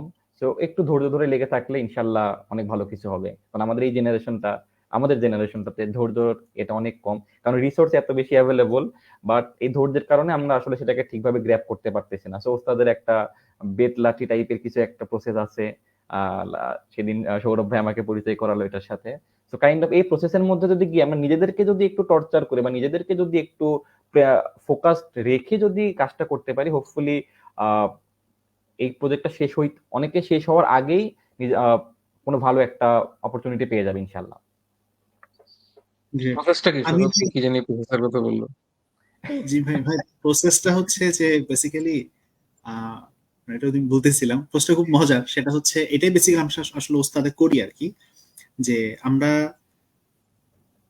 শেখার জন্য না ভাই আসলে রিসোর্সের কিন্তু কোনো অভাব নাই। আজকে যদি আমি আমি এই টপিকটাই যদি বলি যে web development with Python, Django, Flask, fast, DRF, React, এগুলো যদি শিখতে চাই আসলে অনেক অনেক রিসোর্স আছে। ইউটিউবে অনেক রিসোর্স আছে, ব্লগস আছে, ইউডেমিতে সম্ভবত হচ্ছে এখন $9 $10, আমাকে তো সারাদিনে অফার দেখা দিয়ে থাকে। তো হচ্ছে এই ধরনের কোর্স আছে। সো চাইলে কিন্তু ওখান থেকে দেখে ফেলা যায়, বাট যেটা সমস্যাটা হয় সেটা হচ্ছে ভাই, ওই প্লেলিস্ট গুলার যদি আপনি একটু ভিউ দেখেন না, মানে ভিউ দেখলে আসলে মানে যে মানুষটা ভিডিওটা বানাচ্ছে সে আসলে আগ্রহ হারায় ফেলে যে আমি ভিডিওটা আসলে কার জন্য বানাচ্ছি। প্লেলিস্টের টোটাল ভিউ হবে কথার কথা 50,000, প্রথম ভিডিওর ভিউ হচ্ছে 40,000, বাকি 100টা ভিডিওর ভিউ হচ্ছে 10,000। এরকম একটা অবস্থা আর কি। কারণ হচ্ছে ভাই আমরা আসলে এভাবে না শিখে অভ্যস্ত না। ছোটকাল থেকে আমরা আসলে পড়াশোনা করছি হচ্ছে আহ কি বলবো, যে আব্বু আম্মুর মায়ের ভয় আর কি, অনেস্টলি যেটা যদি বলি। আব্বু পড়তে বলছে দেখে পড়ছি, এরপর থেকে আস্তে আস্তে যেটা মানে বুঝটা আর হইলো। বড় হয়ে পড়াশোনা এবং করছি হচ্ছে শুধু সিজিপি এর জন্য, গ্রেডের জন্য। ভাই পরীক্ষায় পাস ভাই করার আমি জন্য। আমি সিজিপি এর জন্য পড়ি নাই ভাই, আমি পড়ছি ভাই পাশ করার জন্য। আমার অনেক ফ্রেন্ডস এখন হয়তো দেখতেছে আজকে সেশনটা, ওরা জানে। তো হচ্ছে ভাই মানে পাশ না করলে আমাকে মানে থাকা লাগবে আবার ক্যাম্পাসে, এটা খুব অসম্মানজনক হবে। আর সমস্যা নাই, পাশটা হইলে হয়েছে আর কি। তো বাট যেমন আমার একটা ডিগ্রি আছে, ইলেকট্রিক্যাল ইঞ্জিনিয়ারিং ডিগ্রি। সো এই ডিগ্রিটা আসছে বেসিক্যালি হচ্ছে যে পরীক্ষার জন্য পড়তে হবে। সো এই মেথডটাই বেসিক্যালি হচ্ছে আমরা ওস্তাদে করছি যে আপনি শুধুমাত্র লাইভ ক্লাস করলেন, করে বের হয়ে গেলেন, দায়িত্বটা আসলে এই জায়গাটা শেষ হয়ে যায় না আর কি। দায়িত্বটা এরপর আসলে শুরু হয়। আপনি যেটা শিখছেন সেটাকে আপনি আসলে ইমপ্লিমেন্ট করতে পারতেছেন কিনা, কোনো জায়গায় প্রবলেম পাইলে আপনি প্রবলেমটা ফিগার আউট করতে পারতেছি কিনা। সেই প্রবলেমটা অনেক রকম প্রবলেম হতে পারে। প্রবলেম যে অলওয়েজ আমার যে মানে ওনার কোডে 2 সাথে 2 যোগ করলে 4 হচ্ছে, বাট আমার হচ্ছে না, না হইতে পারে, সেটা টেকনিক্যাল প্রবলেম, এটা ইজিলি সলভ করে ফেলা যায়। বাট আমার করতে ইচ্ছা করতেছে না, ভাল লাগতেছে না, আমার গার্লফ্রেন্ড আমাকে ছেঁকা দিয়ে চলে গেছে, আমার এখন মানে কোড লিখতে ভালো লাগছে, পাইথন যত সহজই হোক আমার এখন কোড লিখতে ভালো লাগতেছে না। ধরে নিয়ে আসার যে বিষয়টা, যেটা আমাদের ক্ষেত্রে হইতো ছোটকালে, যে আব্বু যদি বকা দিত আম্মু এসে পাশে দাঁড়াতো, না বাবা তোকে দিয়ে হবে। আম্মু যদি মার দিত বা আব্বু আম্মু দুজন মিলে যদি মার দিত, তখন হচ্ছে বড় ভাই এসে বলতো যে তুই লেগে থাক, তোকে দিয়ে আসলে হবে আর কি। So that's the most important thing. আর এই জায়গাতে হচ্ছে যেটা সুবিন ভাইয়ের সাথে আমি একটু একমত, খুব চমৎকার একটা করছেন ভাই, ধৈর্য ধরে লেগে থাকতে হবে, ধৈর্য ধরতে হবে। সো এখানে হচ্ছে আমি এই বছরের শুরুতে সম্ভবত 2024 সালে এরকম একটা সেশন ছিল, 2024 সালে সম্ভবত মার্কেটিং ইন্ডাস্ট্রিতে কি কি চেঞ্জ আসতে যাচ্ছে আর কি, বা কি কি আপডেট আসতেছে, এরকম একটা লাইভ আমি করতেছিলাম। তখন একটা ভাইয়া খুব সুন্দর একটা কোশ্চেন বলছিল যে অনেক আপডেট আসবে, সবচেয়ে বেশি যে আপডেটটা আসবে সেটা হচ্ছে মানুষের ধৈর্য কমবে। তো হচ্ছে মানে এইটা হচ্ছে সবচেয়ে প্রথম কথা। এবার বাকিগুলা সাজান, যে আমার কন্টেন্টের সাইজ কমে যাবে, কোর্স লম্বা কোর্স মানুষজন এখন করবে না, মানুষজন হচ্ছে এখন বাইট সাইজ কোর্স পছন্দ করে, মানুষ লেগে থাকতে পারতেছে না, এবং লেগে থাকতে না পারার কারণে এটা কিন্তু ইন্ডাস্ট্রির ক্ষতি। কারণ একটা মানুষ কোর্সে আসলো, আসার পর সে 2-3 মাস খুব মনোযোগ দিয়ে করলো, পরে গিয়ে সে হাল ছেড়ে দিল, হাল ছেড়ে দেওয়ার পর সে বের হয়ে ফার্স্টে বলবে যে হচ্ছে আসলে মানে ওয়েব ডেভেলপমেন্ট আমাকে দিয়ে হয় নাই, তোমাকে দিয়েও হবে না, ওয়েব ডেভেলপমেন্ট সেক্টরটাই খারাপ। এবং সবাই এটা নিয়ে হচ্ছে, আমরা অনেক শুনতেছি না যে পাইথন জ্যাঙ্গোতে নাকি বলো জব নাই, এআই এসে জব খেয়ে দিবে, আর অনেক ধরনের কথাবার্তা শোনা যায় আর কি। সো এটা কিন্তু পুরো ইন্ডাস্ট্রির জন্যই খারাপ, পুরো বাংলাদেশের জন্য কিন্তু খারাপ আর কি।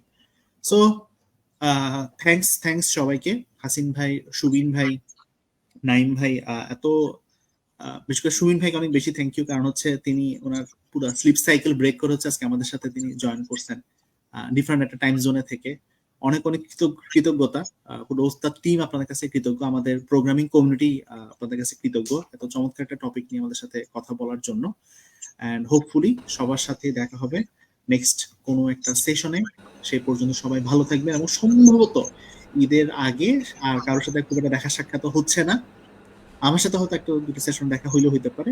তো সবাইকে অগ্রিম ঈদ মোবারক, সুবিন ভাইকে, হাসিন ভাইকে, নাইম ভাইকেও অগ্রিম ঈদ মোবারক। 2 দিন পর ঈদ শুরু হচ্ছে, এবং এই ঈদটা হোক আপনার লাইফের বেস্ট একটা ঈদ। একটু গরম পড়তেছে, গরমটা যাতে চলে যায় এই আর কি। থ্যাঙ্কস সৌরভ, থ্যাঙ্কস সবাইকে, ঈদ ধন্যবাদ। মোবারক, ইনশাল্লাহ আবার দেখা হবে। জি ভাই, ইনশাল্লাহ। Thanks, take care, thank you আসসালামু ভাই, আলাইকুম। আসসালামু আলাইকুম সবাইকে, অনেক অনেক ঈদের শুভেচ্ছা।